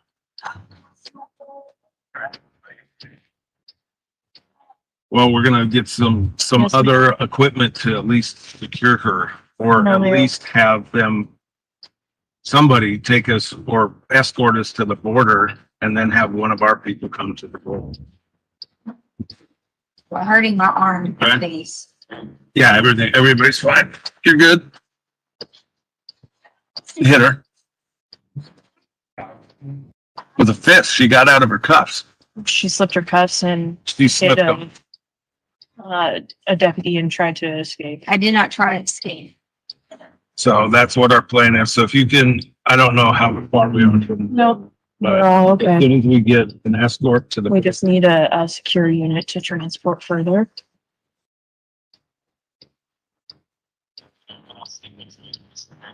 Yep. We're gonna have, is that for state patrol? We'll have them escort us to the Colorado Are border. you having a state patrol? Well, my arm is hurting. Or who's dispatching out, man? Before you move, you have to tell me where you're trying to go, okay? Okay. No, I just want to get off my arm. It's hurting. I understand, so if I feel like you're Right. trying to pull against me, one of those two, you're trying to make. If I could get a state patrol officer en route as well to help me escort to the Colorado border. Lift my head off. You look like we're good. Use your time for things, and we'll see what we can do.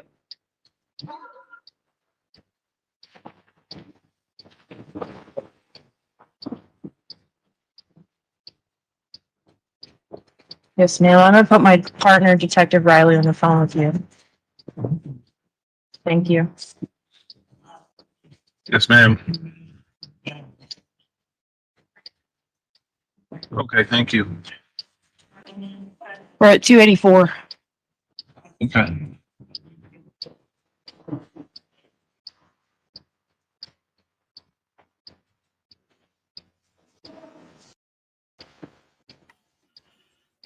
Nice. Let's see. The Yes, ma'am. comments, y'all. I can't with y'all.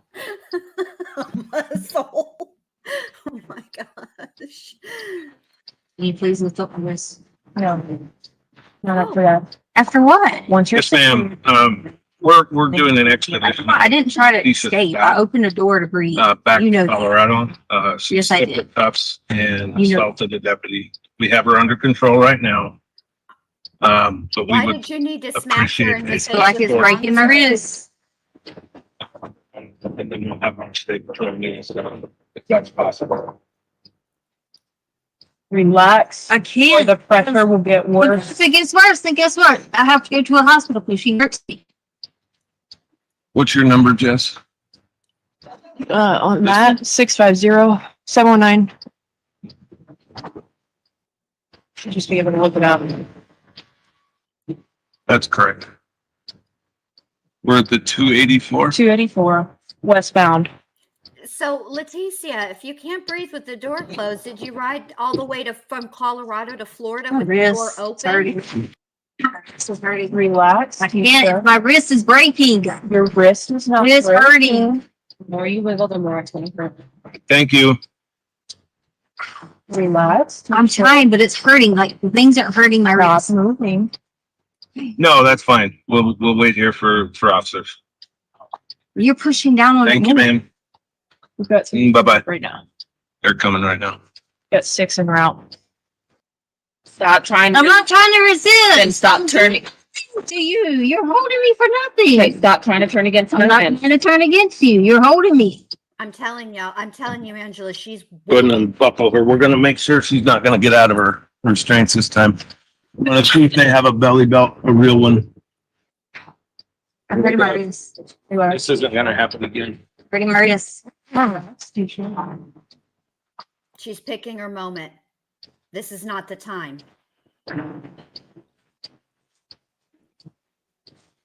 I suspect that it's going to come when I'm not doing anything. She's doing that. I'm not doing that. Not turning against. I'm not turning against you. You're doing that to me on purpose. We've got her in the. See? Look what she's doing on purpose. Look. Stop turning. I'm not turning. Stop moving. I'm not moving. Relax your body. My body's relaxed. So. Stop. I'm not doing anything to you. You're trying to choke me now. Alice behaves better in a car and she hates car rides. So there you go. Okay, you want to bring her out? She's out of her cuffs right now. No, we got her back in. But The vehicle. they're slapped on. I mean, they're not good. We'll bring her out. We're double locking. Pull them out. Bring her out. Step out, Tisha. Oh, she choked me now. It hurts. She said, step out, Letecia, and the thing says fuchsia.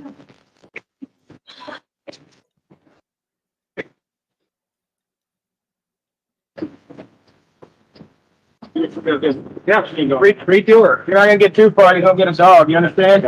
I'm not doing anything. I didn't Okay, you better run fast as you Well, I didn't try to run away. I opened the door so I could breathe.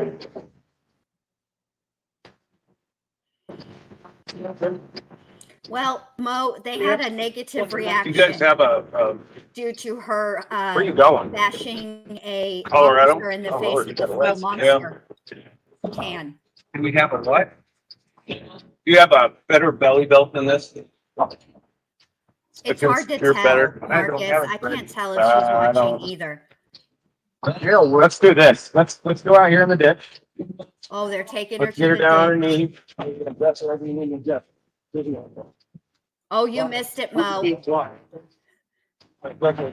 welcome. That's what I'm here for. to give the No, recaps. they has 3 of them transport one person. Yes, they did. Hey, Delaney. Good to see you, babe.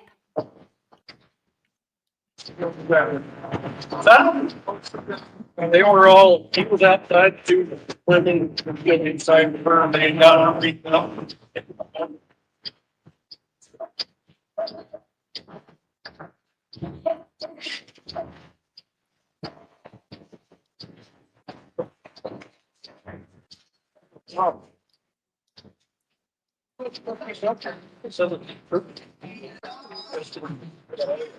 See, Letecia, you were If we could just have, everything's going swimmingly. Miss You Beth were will come back playing to the stand. trivia, singing Or do you want to take a break? songs, I was license going plates to go. request to take a break now. That's Is that, is this a good breaking Yeah, point? okay. Okay.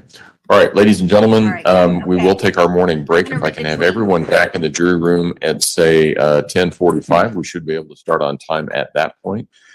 Perfect. I'm going to read you guys the tweets out of the trial. Okay, so when I left off, the last thing I said was Fremont County prosecuting attorney Lindsay Blake is questioning Detective Duncan. He is talking about cell data and information found in Charles Vallow's iCloud account. Duncan says in early 2020, Chandler was working with Idaho police to try and find JJ and Tylee. The PowerPoint exhibit will now be shown to the court. First slide in the PowerPoint is an email sent from Charles' email account to Chad Daybell. Duncan reads the email that purports to be from Charles saying he is ready to work on a book with Chad. Quote, I'm willing to pay you well to help me get this book into shape as a ghostwriter. I really liked your autobiography, and that tone you took with sharing experiences without preaching. The email invites Chad to come visit him in Arizona. This came from the email address kkwalker75@yahoo.com. Duncan served search warrant to Yahoo, and the name associated to the account was a Karen Walker. The IP came back to an area in Katy, Texas. The phone number and birthday associated with the account was linked to Lori Vallow. Now, I don't know, and I can't remember, and maybe somebody in here remembers, but I don't think there's a legitimate Karen Walker in this trial or in this case. The only Karen Walker I know is Karen Walker from Will and Grace. Okay. Duncan says there was no indication this email came from Charles. Charles discovered the email at the end of June 2019 and sent it to Adam. Charles then confronted Lori about the email. Duncan said Charles had no relationship with Chad Daybell at all. Duncan now reading text messages Charles and Lori sent to each other. Charles sent Lori a text message confronting her about the affair with Chad and calls her evil. Says he will take JJ back to Texas. Quote, just so you know, I have Tammy's email address. I will send a copy of my email you sent. Tammy will know what you're up to. You better explain, end quote. Duncan now reading the email Charles sent to Tammy saying he had disturbing evidence about her husband and his wife. Quote, I apologize to be the one sending this, but something has to be done.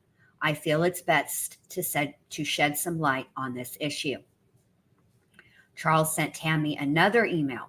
Quote, your husband and my wife are having an affair. It's devastating, I know. Duncan contacted Sugar Salem School District, and officials told Duncan there is no indication the emails were ever read, but they were sent from Charles's account. Duncan now reading an email he sent to Chad. Quote, I'm Lori's husband, but I'm sure you already knew this. End quote. Charles said he is not writing a book and will not be paying anyone for anything. Quote, either you or Lori need to tell me what's going on or this will be exposed for all to see, he wrote to Chad. Quote, and does your wife know you have several of Lori's dance videos? Explain how that is. She sent them to you in January as your request, end quote. Duncan now reading another text message from Charles to Lori, quote, you accused me of infidelity, but it's you who have been having an affair. It keeps KILLING me, but maybe that's your goal. The fact you will continue to go to temple after all you've done shocks me. There is really something wrong with you. You have been exposed for what you really are.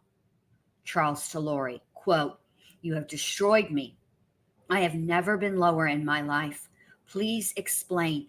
We have a son to raise, but that's all we have in common. You owe me an apology for all the false accusations you've made. I've been entirely faithful to you since the first day we met. I deserve an apology from you. Please respect that much, end quote.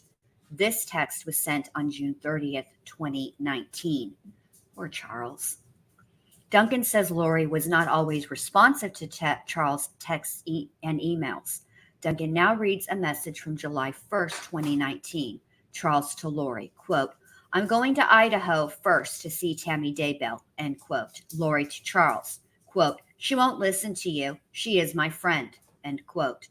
Charles then asks Lori why she sent a, quote, BS email about a book he once ghostwritten. Quote, there's no reason for it other than to get him in Arizona and have an excuse for his wife, end quote. The messages were sent July 1st, 2019. Charles was shot and unalived on July 11th, 2019. Duncan reading messages between Charles and Adam sent before Charles was unalived on July 11th, 2019, between 7:35 a.m. and 7:37 a.m. Duncan says the messages from Charles to Adam were sent from the address of where Charles was unalived. Blake asks to admit a document as evidence that shows data collected from Lori's iCloud and phone accounts. Duncan now reading messages Lori sent to Alex March 19th, 2019, talking about getting rid of, quote, Ned, the evil spirit zombie that they said was inhabiting Charles's body. Lori referred to evil spirits in Charles' body as Ned or Garrett. A woman named Nicole Earl texted Lori on October 19th saying that Chad's wife Tammy had died. Lori responded, quote, "Oh my gosh, I did not hear that," end quote. Nicole asks Lori what happened. Lori responded that Tammy awoke in the night coughing and then died.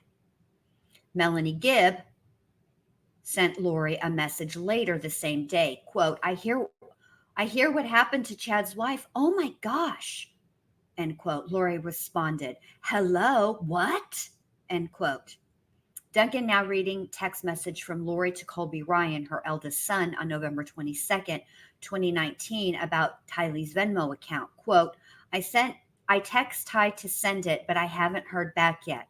She will probably just do it before she tells me. Hope you got the Venmo, end quote. Duncan talking about another email account, lollytime@icloud.com. It is linked to 2 cell phone numbers belonging to Lori Vallow. This account contained messages between Lori Vallow and Alex Cox. Lori sent Alex a message on July 9th, 2019. Quote, so the plot thickens. Call me when you can. Lori texts Alex later, quote, getting sleepy, going to need you to stay close. Lots to do. Thank you for standing by me. It's all coming to a head this week. I will like Nephi, I'm told, and so are you. End quote. Duncan says, or is it Nephi? Nephi, sorry, you guys. I will like Nephi, I am told, and so are you, end quote. Duncan says there were several messages on Lori's phone that were not located in the iCloud, which is not uncommon. The text between Lori and Chad occurred right before the murder of Charles Vallow. Duncan reads text message between Lori and Chad on July 18th, 2019, quote, I just got a letter from the insurance company that I am not the beneficiary. It's a spear through my heart. Who do you think he changed it to? Brandon or possibly Kay, end quote. Chad responds, quote, wow, that's terrible. There is no way to find out, end quote. These messages were exchanged 7 days after Charles Vallow died. Duncan reads more messages from July 18th, 2019. Chad says, I love you. This is terrible, but it's probably another step in bringing down the, oh boy, Gadantians, especially Brandon, end quote. Lori responds later that she spoke to the insurance company and the beneficiary was changed in March. Quote, it was probably Ned before we got rid of him. They can't tell me who, of course, but it's done. I'll still get around $4,000 a month from SS, end quote. Another message from Chad to Lori on July 26, 2019. I'm a grown-up version of Harry Potter who used to live with the Dudleys in his... Okay, first of all, it's the Dursleys. Dudley was the child, but whatever. Oh, let me start again. I'm a grown-up version of Harry Potter who has to live with the Dudleys in his little space under the stairs. Every few weeks, I get to escape and have amazing adventures with my goddess lover. But then I have to return to my place under the stairs, feeling trapped. But I sense permanent freedom is coming. More text messages. Alex sent to Lori on September 3rd, 2019. Network name is Anti-Lawman. Password is too many kids, end quote. Lori responds, funny. Blake asks to admit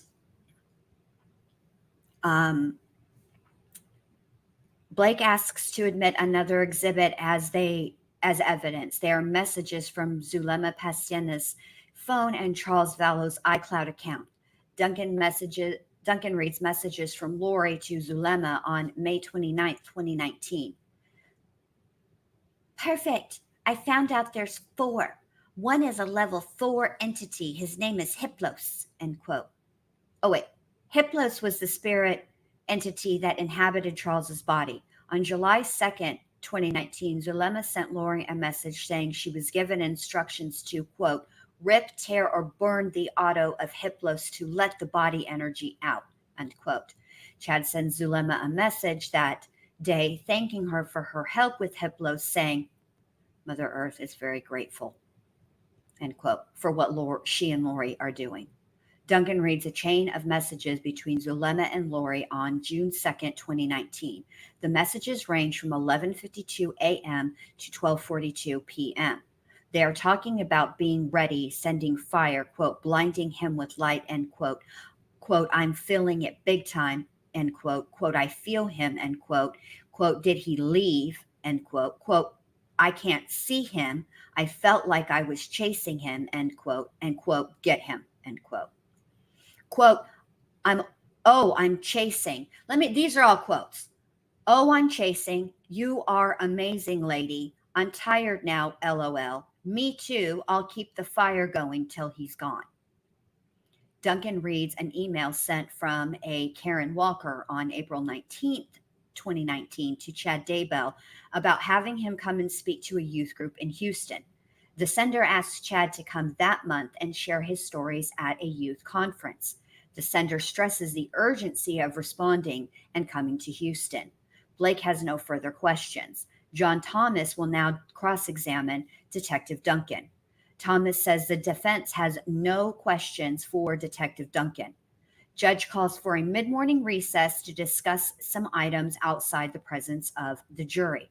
Madison County Deputy Prosecuting Attorney Spencer Ramel says the next witness is Zulema Pastinenis, and the prosecution has recently learned of a criminal conviction in Arizona in the 1990s. Zulema is here with an attorney. Zulema's charge is from 1998 and was for felony drug possession. Thomas argues that it is not appropriate for Zulema's attorney to be here as he's not licensed in Idaho. The defense says it will not bring up Zulema's prior charge. Prosecuting attorney Rachel Smith says Zulema's attorney is here more for aid and counsel. Smith says there is zero evidence that Zulema will take the fifth, and her attorney is here, quote, out of an abundance of caution, end quote.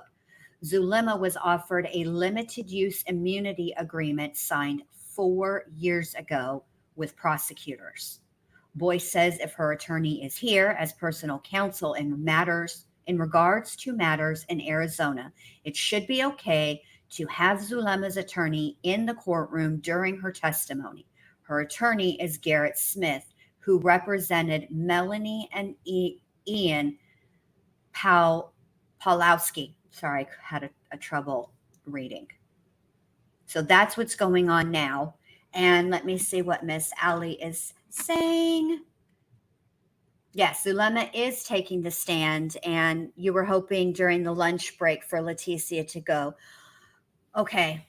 I don't know if I can be on that live with you, babe. I mean, I'd love to be, but I got to take a little tiny break because then I have to stream again I got to go live with AD at 5:30, and then I'm going to be live with you at 8:30, breaking it all down.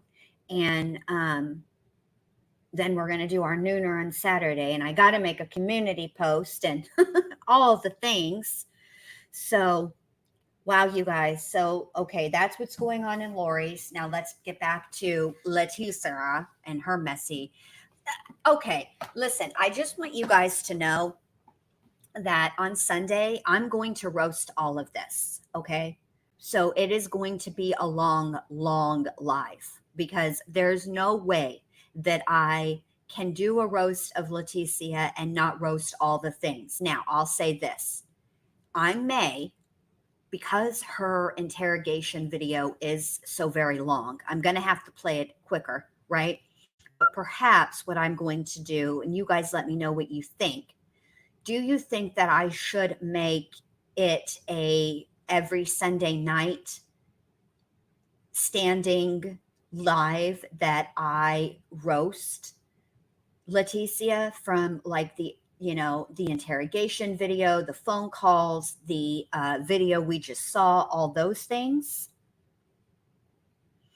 Mo, and I appreciate, thank you so much for sending a masseuse. I don't really care for my feet to be touched. I'm very finicky about that, but I do have a bad back. Could you send the masseuse to work on my back and my shoulders? Because that's where it's needed the most. Okay. We're going to be so busy over at between Alex Erickson and the ward. We're going to be busy bees, but I'm excited for it. Yes. The answer is yes. Okay. I will. So that's what we will do. We will have a standing live every Saturday night from now until the end of trial for roasts of Letecia, because I think it's necessary. And I appreciate that, Mo. You are a scholar and a gentleman, sir. Because we need that. Like, we need some levity. You know, these are tough cases. Last night, listening to what the condition that poor JJ and Tylee were found in was horrible. And like, I think the thing that shocked me the most was, now I'd heard about the buckets, right? Because Nate Eaton talked about them.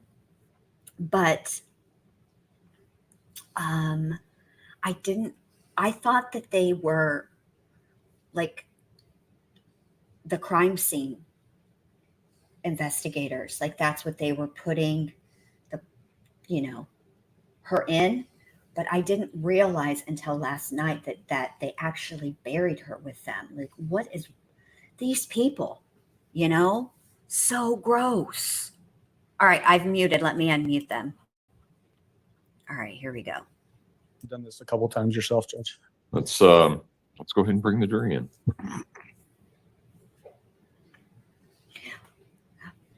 Oh, let me get into chat because I want to tell Nadie if she's rewind. If you Nadie, don't rewind to the beginning.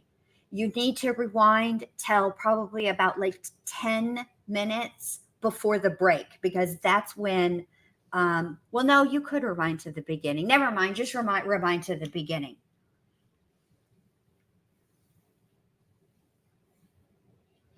Right, Alex? Right? I mean, look, the beginning is the kerfuffle with I'm having chest pains. It's a panic attack. You were rude to me and unprofessional. But yeah. Okay, Modine, thank you so much. Thanks for being here. Oh, I can't wait. Just stay with us live because we're going through Letecia's escape attempt. All rise for the jury, please. Non-escape attempt. She was just opening the door to a moving vehicle to get air. Very claustrophobic. Very. Okay, you stay with us now. I'm so excited to, you guys are all here. You guys are all my friends, and I can't think of anybody I'd rather share this with. I'm thinking that Letecia's hair is looking much. Thank you. May all be seated. Court will recall 20 CR 1358, People versus Letecia Stauch. Record should reflect the jury has returned to the courtroom. Mr. Allen? Thank you, Your Honor. Ms. Bethel, there's only so much he can do. In that video that we just watched, there's references made by you and I think maybe Detective Riley about escape, and then we can hear the defendant say, I'm not trying to escape. What was she doing that was leading you to believe that she was trying to escape? The fact that she had slipped her handcuffs, assaulted a deputy. Then later, she opened the back door of the van, which is why I returned to that position. Led me to believe that she was trying to escape. How did she open the door? With her foot. So when in that second clip that we watched, when you end up back in the back seat again, is that what you're talking about? Yes. You can't really see that necessarily on the video though. No, you cannot. There's comments made in that video about stop resisting and that sort of thing. but maybe can't see what those resisting efforts might have been on the part of the defendant. So can you describe that for the jury, please? She was tensing her body, and she was also using her hands to try and manipulate around in the cuffs. I was afraid she was going to slip out of the handcuffs again. In that second clip of the video, are you actually holding her feet down? I had placed my knee onto her thigh area to hold her leg down. Okay. Were you actually injured during that interaction? Later on, yes. Okay. What happened to you as a result of that?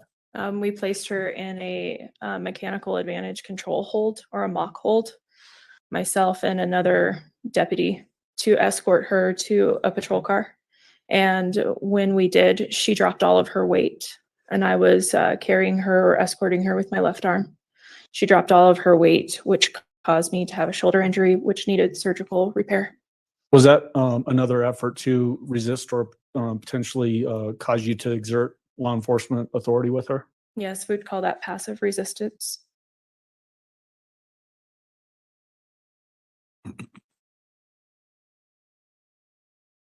I want to go big picture with you for just a moment, Ms. Bethel. There were a number of searches of the home 6627 Mandan Drive.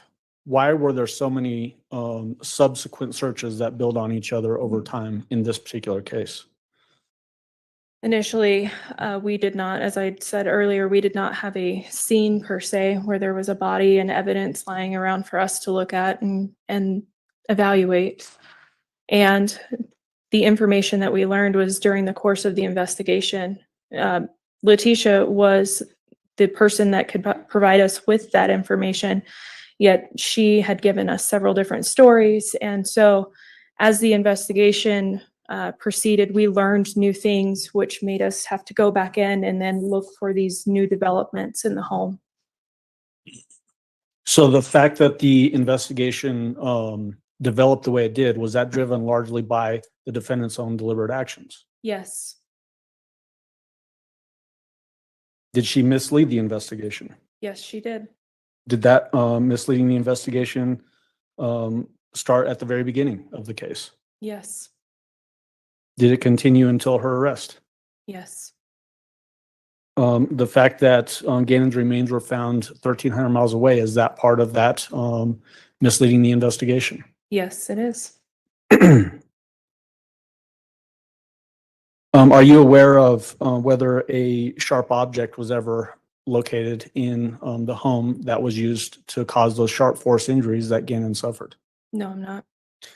There were reports that we've heard from already from the medical examiner and people in Florida that there were 3 gunshots carried out, 2 that hit a pillow and 1 that hit Gannon. Were there any shell casings ever found during the course of this investigation? No.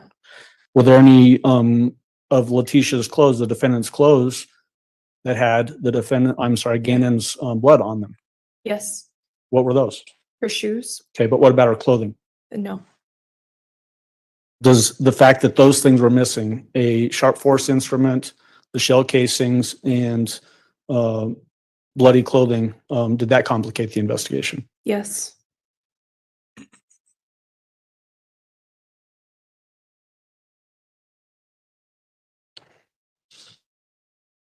You mentioned earlier that the drive from South Carolina to Colorado was many hours long, but you also had contact with her prior to that as well.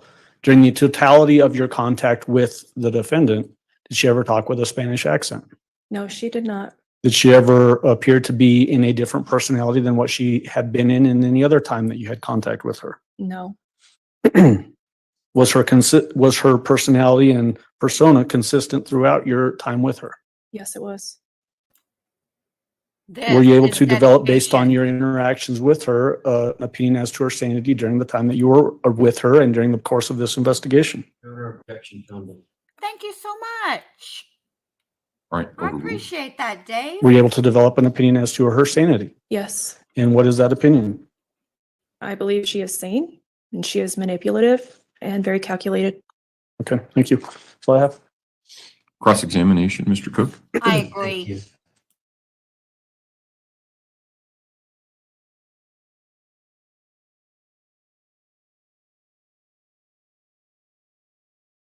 Miss Bethel, good morning. Good morning. My name is Will Cook. I represent Miss Stauch. I know you're familiar with. So your first contact with her was with Gannon's father, and it was at a Starbucks in Fountain. That's correct. Okay. And we listened to that recording. Yes. Okay. And you testified that she seemed to be apprehensive That during was that interview. during the phone call Okay. leading up to the ultimate in-person meeting with her and Albert. Yes. Okay.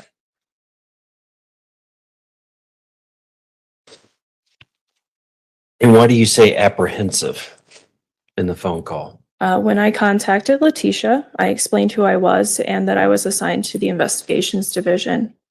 And Letecia said, I've already spoken with 8 other people. And I asked her if I could meet her at the home. And she did not want me present in her home, stating that there were several young children in the home and she did not want them to overhear our conversation. And that later turned out to not be correct. Okay. Now in the video interview at the sheriff's headquarters downtown, was that the office just right across the street from the courthouse? Yes, sir, it is. And it seems at times that she's very cooperative. Like she won't talk, or stop talking. She just keeps going on and on and on. And she seems very personable. Is that your recollection of what was going on in the video? In terms of her willingness to have a conversation, yes, she was willing to have a conversation. Okay. So she didn't seem apprehensive at that point, as far as talking and meeting with investigators. Yeah, I she was wouldn't say willing that to be have a completely correct. Conversation full Okay. of lies. Well, you're So welcome, AJ. in this, Hold on just a minute. at least the first couple of hours. You're welcome, AJ. Now, I've been thinking about this, and you know how I write your home for true crime. I can't be y'all's home for true crime if I can't multitask. So I'm stepping up my game, y'all. All right, here we go. You say that she was still apprehensive? In certain areas, yes. Okay.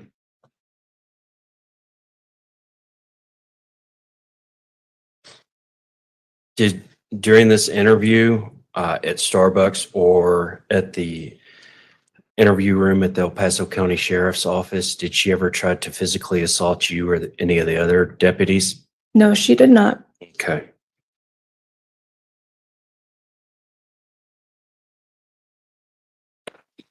And in one of the interviews at Starbucks, speaking with Gannon's father, do you remember when he said that they had put Gannon into counseling because of custody issues? Yes. Okay. Did Gannon's father ever mention that Gannon was put into custody or put into counseling because of issues between Letecia and Gannon? No.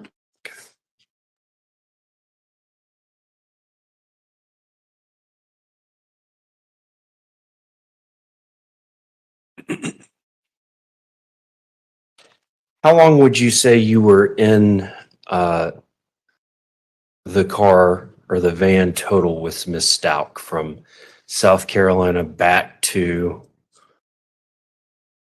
El Paso County? Oh, we never made it back to El Paso County. Well, yeah, but to where it stopped, I'm sorry.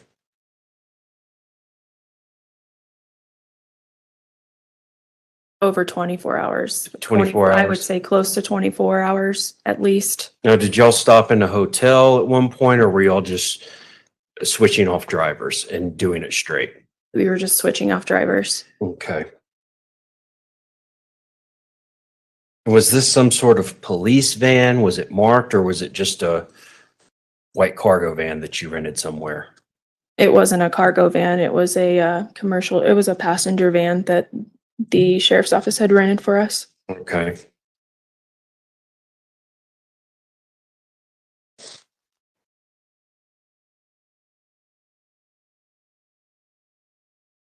What was Miss Stauch's demeanor during, other than the video that we were watching, what was her demeanor for the other 23 and a half hours? Or 24 hours you were in the van with her? She was calm. Calm?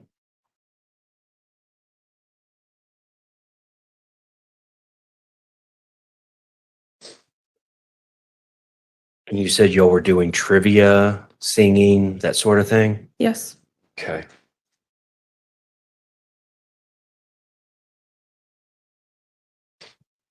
Where was everybody seated in the van when she slipped the cuffs and threw the drink at the other deputy? Who was driving? Detective Riley was driving. Okay, your front passenger seat? That's correct. Okay, where was the other deputies? Deputy Michaela James was seated next to her behind Detective Riley. Okay, and was Miss Stauch seated directly behind you? Yes, she was. Okay.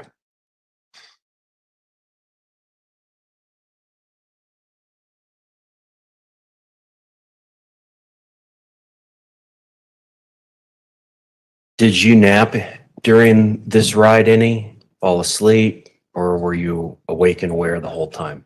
No, I wasn't able to sleep. Okay.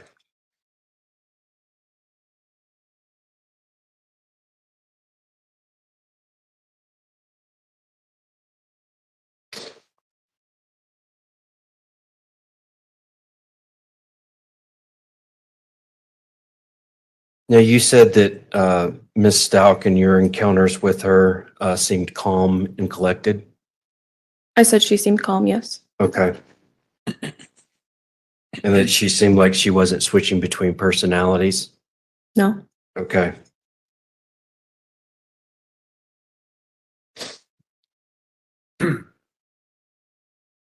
So there was no switch in her personality from when she was calm for 24 hours in the van till she slipped her cuffs and assaulted a deputy?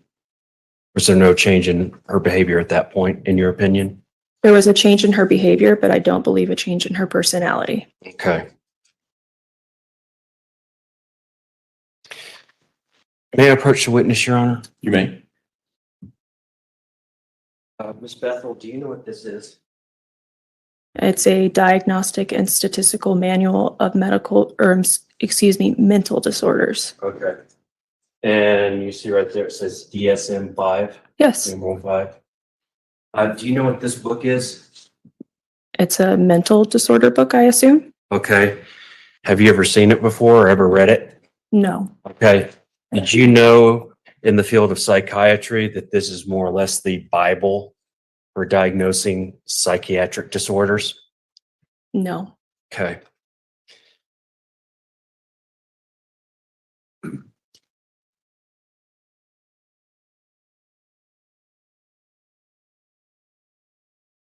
And did you know that borderline personality disorders is listed in this DSM-5 manual? Objection. She's already said that she's not familiar with the book. Yeah, I'm trying to understand where you're going. She's not being. Your Honor, can we qualified. approach?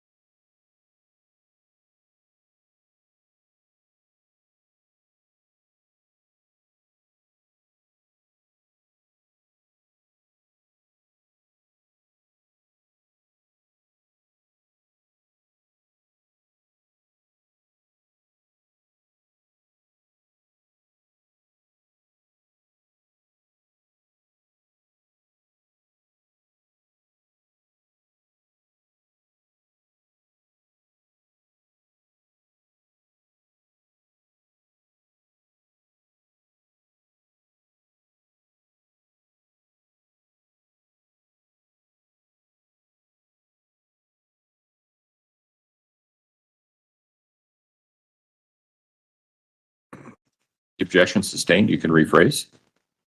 So, Ms. Bethel, your definition of sanity that you told Mr. Allen that you believe Ms. Stauch was with your dealings with her, it is not based on the definition of sanity as contained in the DSM-5. Judge, I would just further object. There's no definition of sanity in that. Well, you can you can examine somebody about that to your heart's content, but the question is a fair one, overruled. And let me rephrase. When you told Mr. Allen that Ms. Stauch was sane, you're not basing that opinion on anything found in this book, the DSM-5, correct? That's correct. Okay. Just a moment, Your Honor. All right.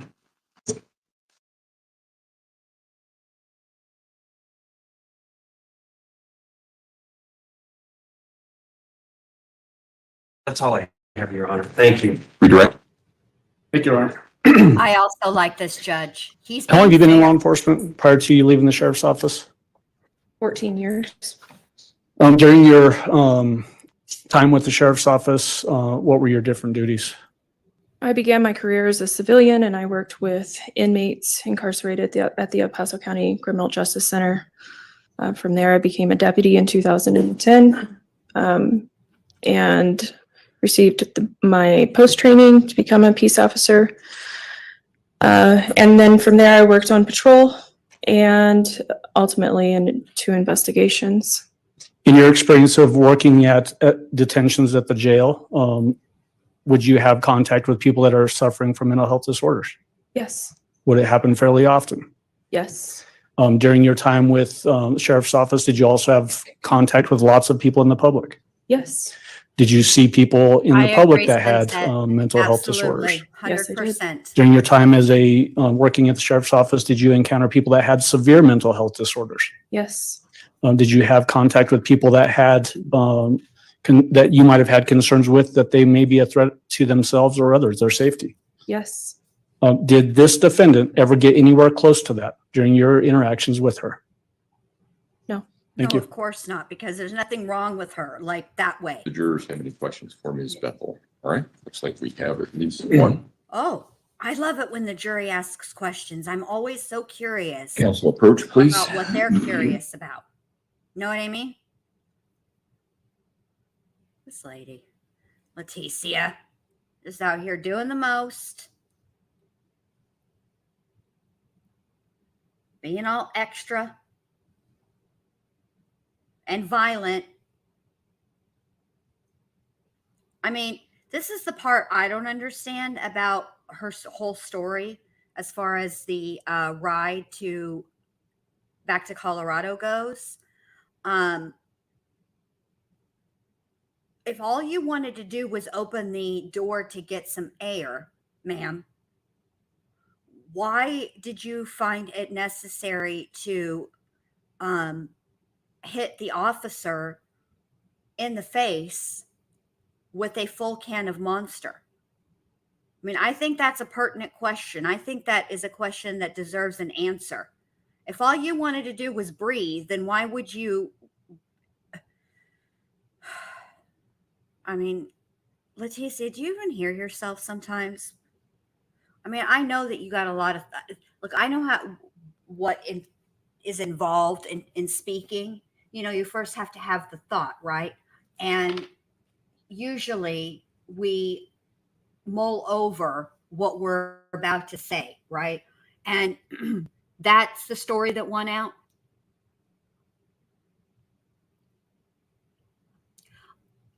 I agree with you,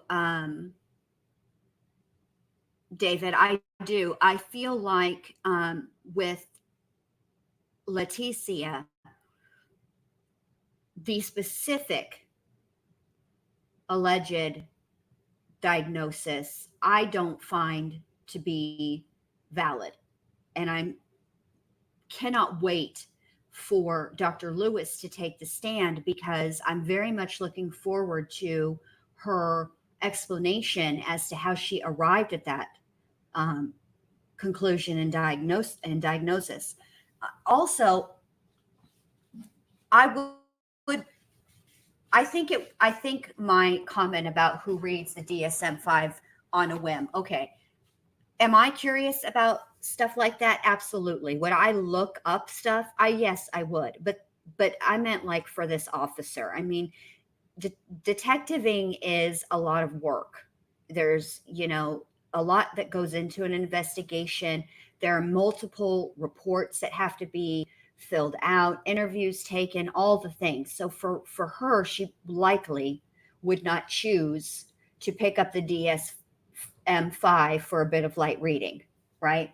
That's what I should have been more clear in my comment. I'm just so blown away by some of the questions that the defense asks that I don't get it. I've received a juror question, and you might be sort of thinking ahead. There are some other witnesses. I think that those questions are these questions may be able to be answered through, but not this particular one. Oh, so they're not going to. So with that, Ms. Bethel, you can step down. Thank you.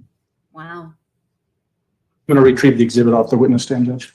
You already did it. Oh, okay.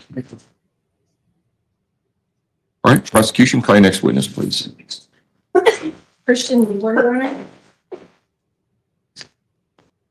You're right, sunset gazing. That's an excellent point. I agree. I'm sorry, who was the witness? Christian Leewer. Leewer. The jurors' questions. L-I-E. You would step forward and raise your right hand, please, sir. You swear from the testimony about to give in this man will be the truth, the whole truth, and nothing but the truth. Yes, I do, Your Honor. Go ahead and have a seat in the witness stand. Please watch your step as you step into the stand. See too many people bring a camera up with them. Okay. I'll explain. Good morning, sir. Good morning, everyone. Would you state your name for the record and also spell your last name? My name is Christian, and my last name is spelled Liewer, and it's pronounced Leewer. And where are you employed? I am a crime scene investigator with the Colorado Springs Metro Crime Lab. And how long have you been employed with the Metro Crime Lab? I've been employed with the Metro Crime Lab for a little under 4 years now. And in terms of your role with the Metro Crime Lab, generally, what do you do? As a crime scene investigator, we respond to scenes, vehicle processings, autopsies, and person processings for general documentation and evidence collection purposes. Can you tell the jury a bit more about what type of educational background you need to perform that particular role? I have a bachelor's of science in criminal justice with an emphasis in forensic investigation, and I also have a master's degree in forensic science from the University of Florida. In terms of certifications that you hold, can you explain the jury some of those? Current national certifications, but through our crime lab training program, we have to go through a 6-month training program where we are reviewed and observed by a certified crime scene investigator until we are deemed competent enough to perform crime scene investigations independently. What about continuing education or things that you do on an annual basis to ensure that you're up to date with the current technology and science? What do you do? We go to many trainings within our scope of work. That includes blood stain pattern analysis, shooting incident reconstruction, latent print processing, and whatnot.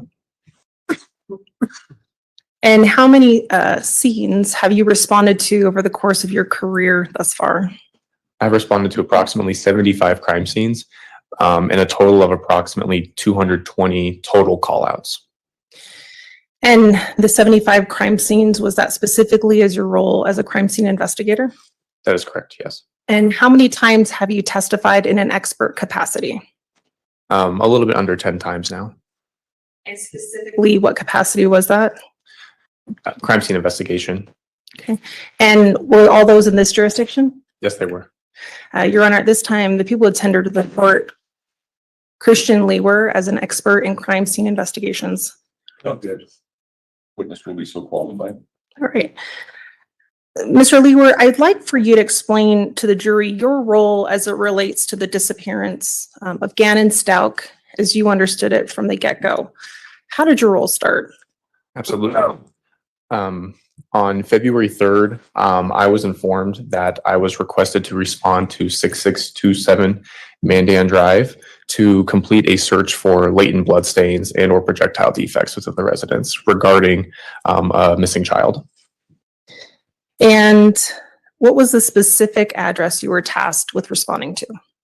6627 Mandan Drive. And is that in the county of El Paso, That is in the county of El Paso, state of Colorado? in the state of Colorado.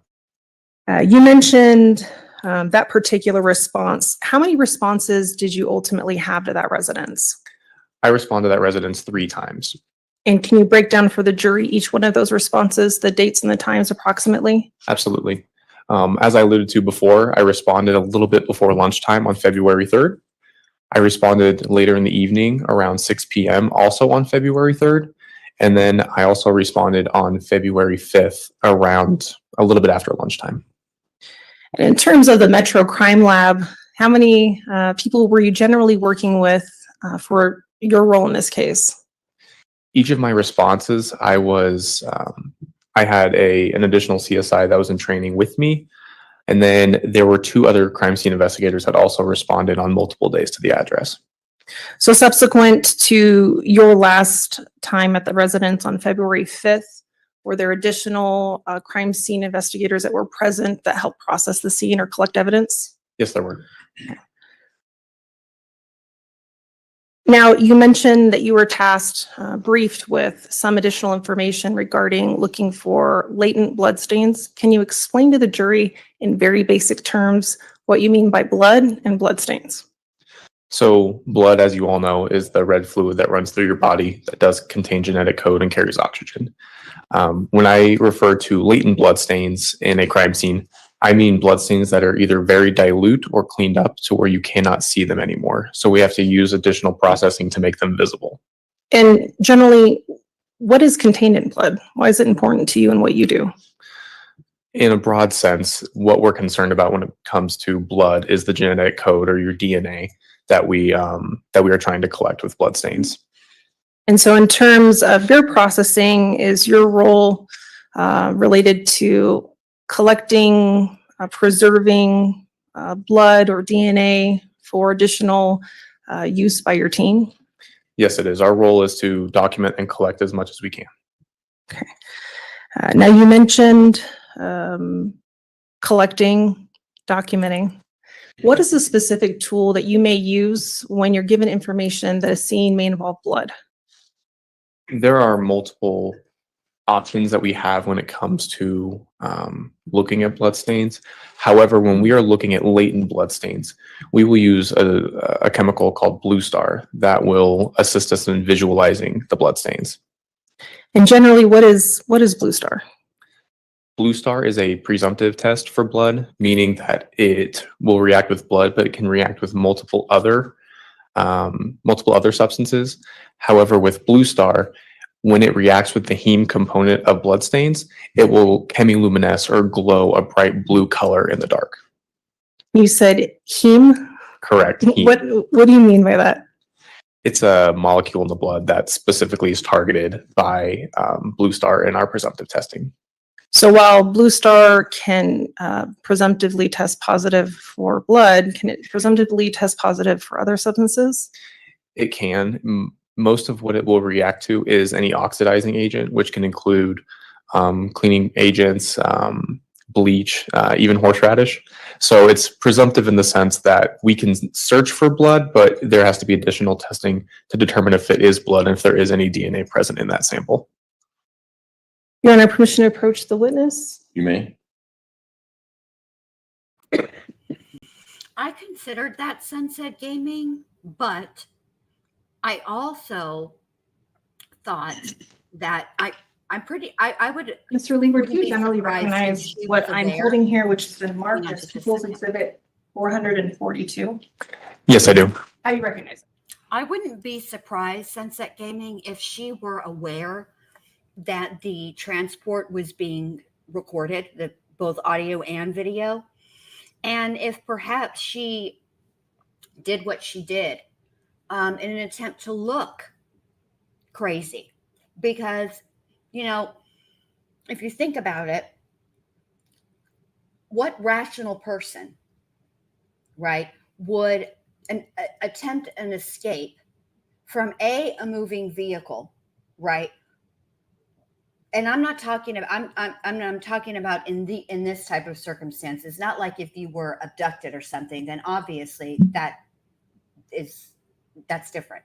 But in this type of situation, a moving vehicle while you're surrounded by officers who are armed with firearms, like that just doesn't, I almost think that she did it to set it, because I think people are like, who thinks like that? That's crazy, right? I kind of wonder if she set it up for that reason. I'll ask you to use that as you walk through your testimony here.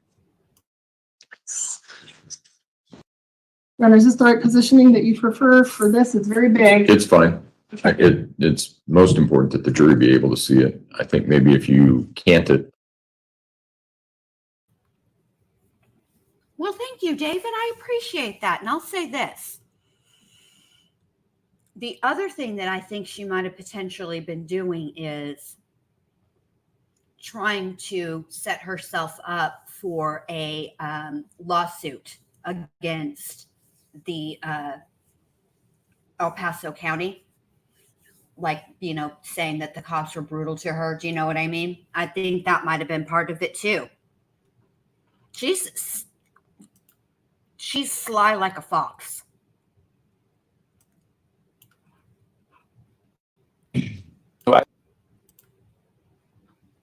Oh crap, I hate when that does that. That is going to be the main level of 6627 Mandan Drive.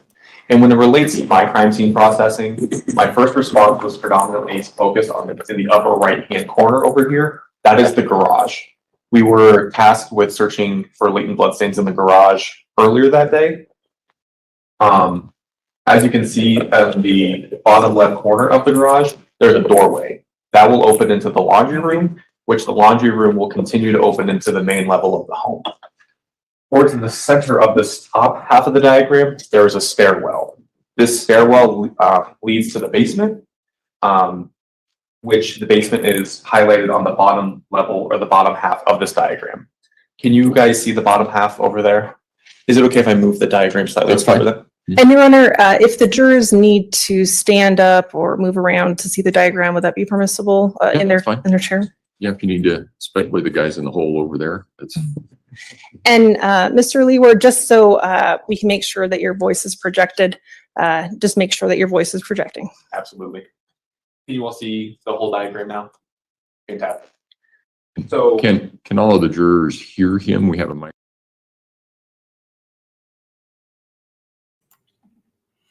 Okay, so you know what I'm thinking? Let me take a little, we only have like what? It's 1:21 now where I am.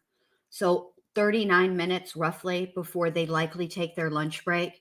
And it appears as though we're not going to get to see any of these pictures because I think Law and Crime Network, out of an abundance of caution, has adjusted the size of the window. So I think what I'm going to do is I'm going to end it here. And thank you guys all so much for being here. Keep an eye on the community tab on my channel because, oh, wait, they decided, no, we're not going to get to say anything. Or they're not going to show up, which is fine. But keep an eye on my community tab. I'll update it frequently, but today I'll write everywhere I'm going to be today and Saturday and Sunday of the for the schedule. That way you guys can know where I'm at. And I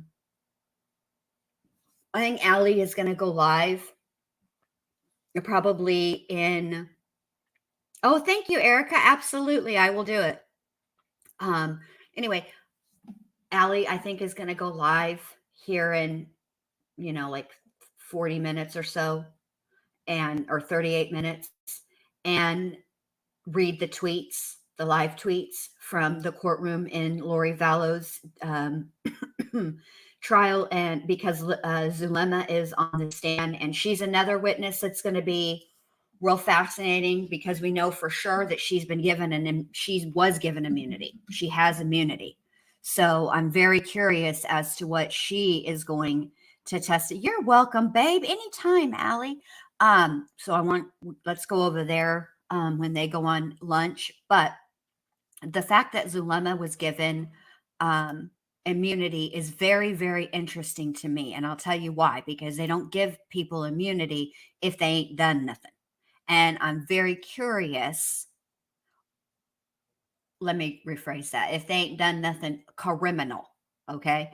And I'm very, very curious just exactly what it is that Zulema did. And Allie is fantastic at reading out the tweets and going to various people's Twitters to obtain those. And she just does excellent work. And, I just adore her. So I'm going to end it for now. Thank you all so much for being here. I greatly, greatly appreciate it. If you have not done so already, would you please give your girl a thumbs up if you liked the stream? If you didn't like the stream and you want to hit a thumbs down, or if you just want to see what the thumbs down does, do it. If you didn't like the stream and you're giving it a thumbs down, hey, hit me up in the comments section and tell me how I can improve. All right. I'll talk to you guys later on this afternoon. And I'm just going to end it for now. Have a great rest of your Friday afternoon. I'll see y'all around these YouTube streets. All right. Bye.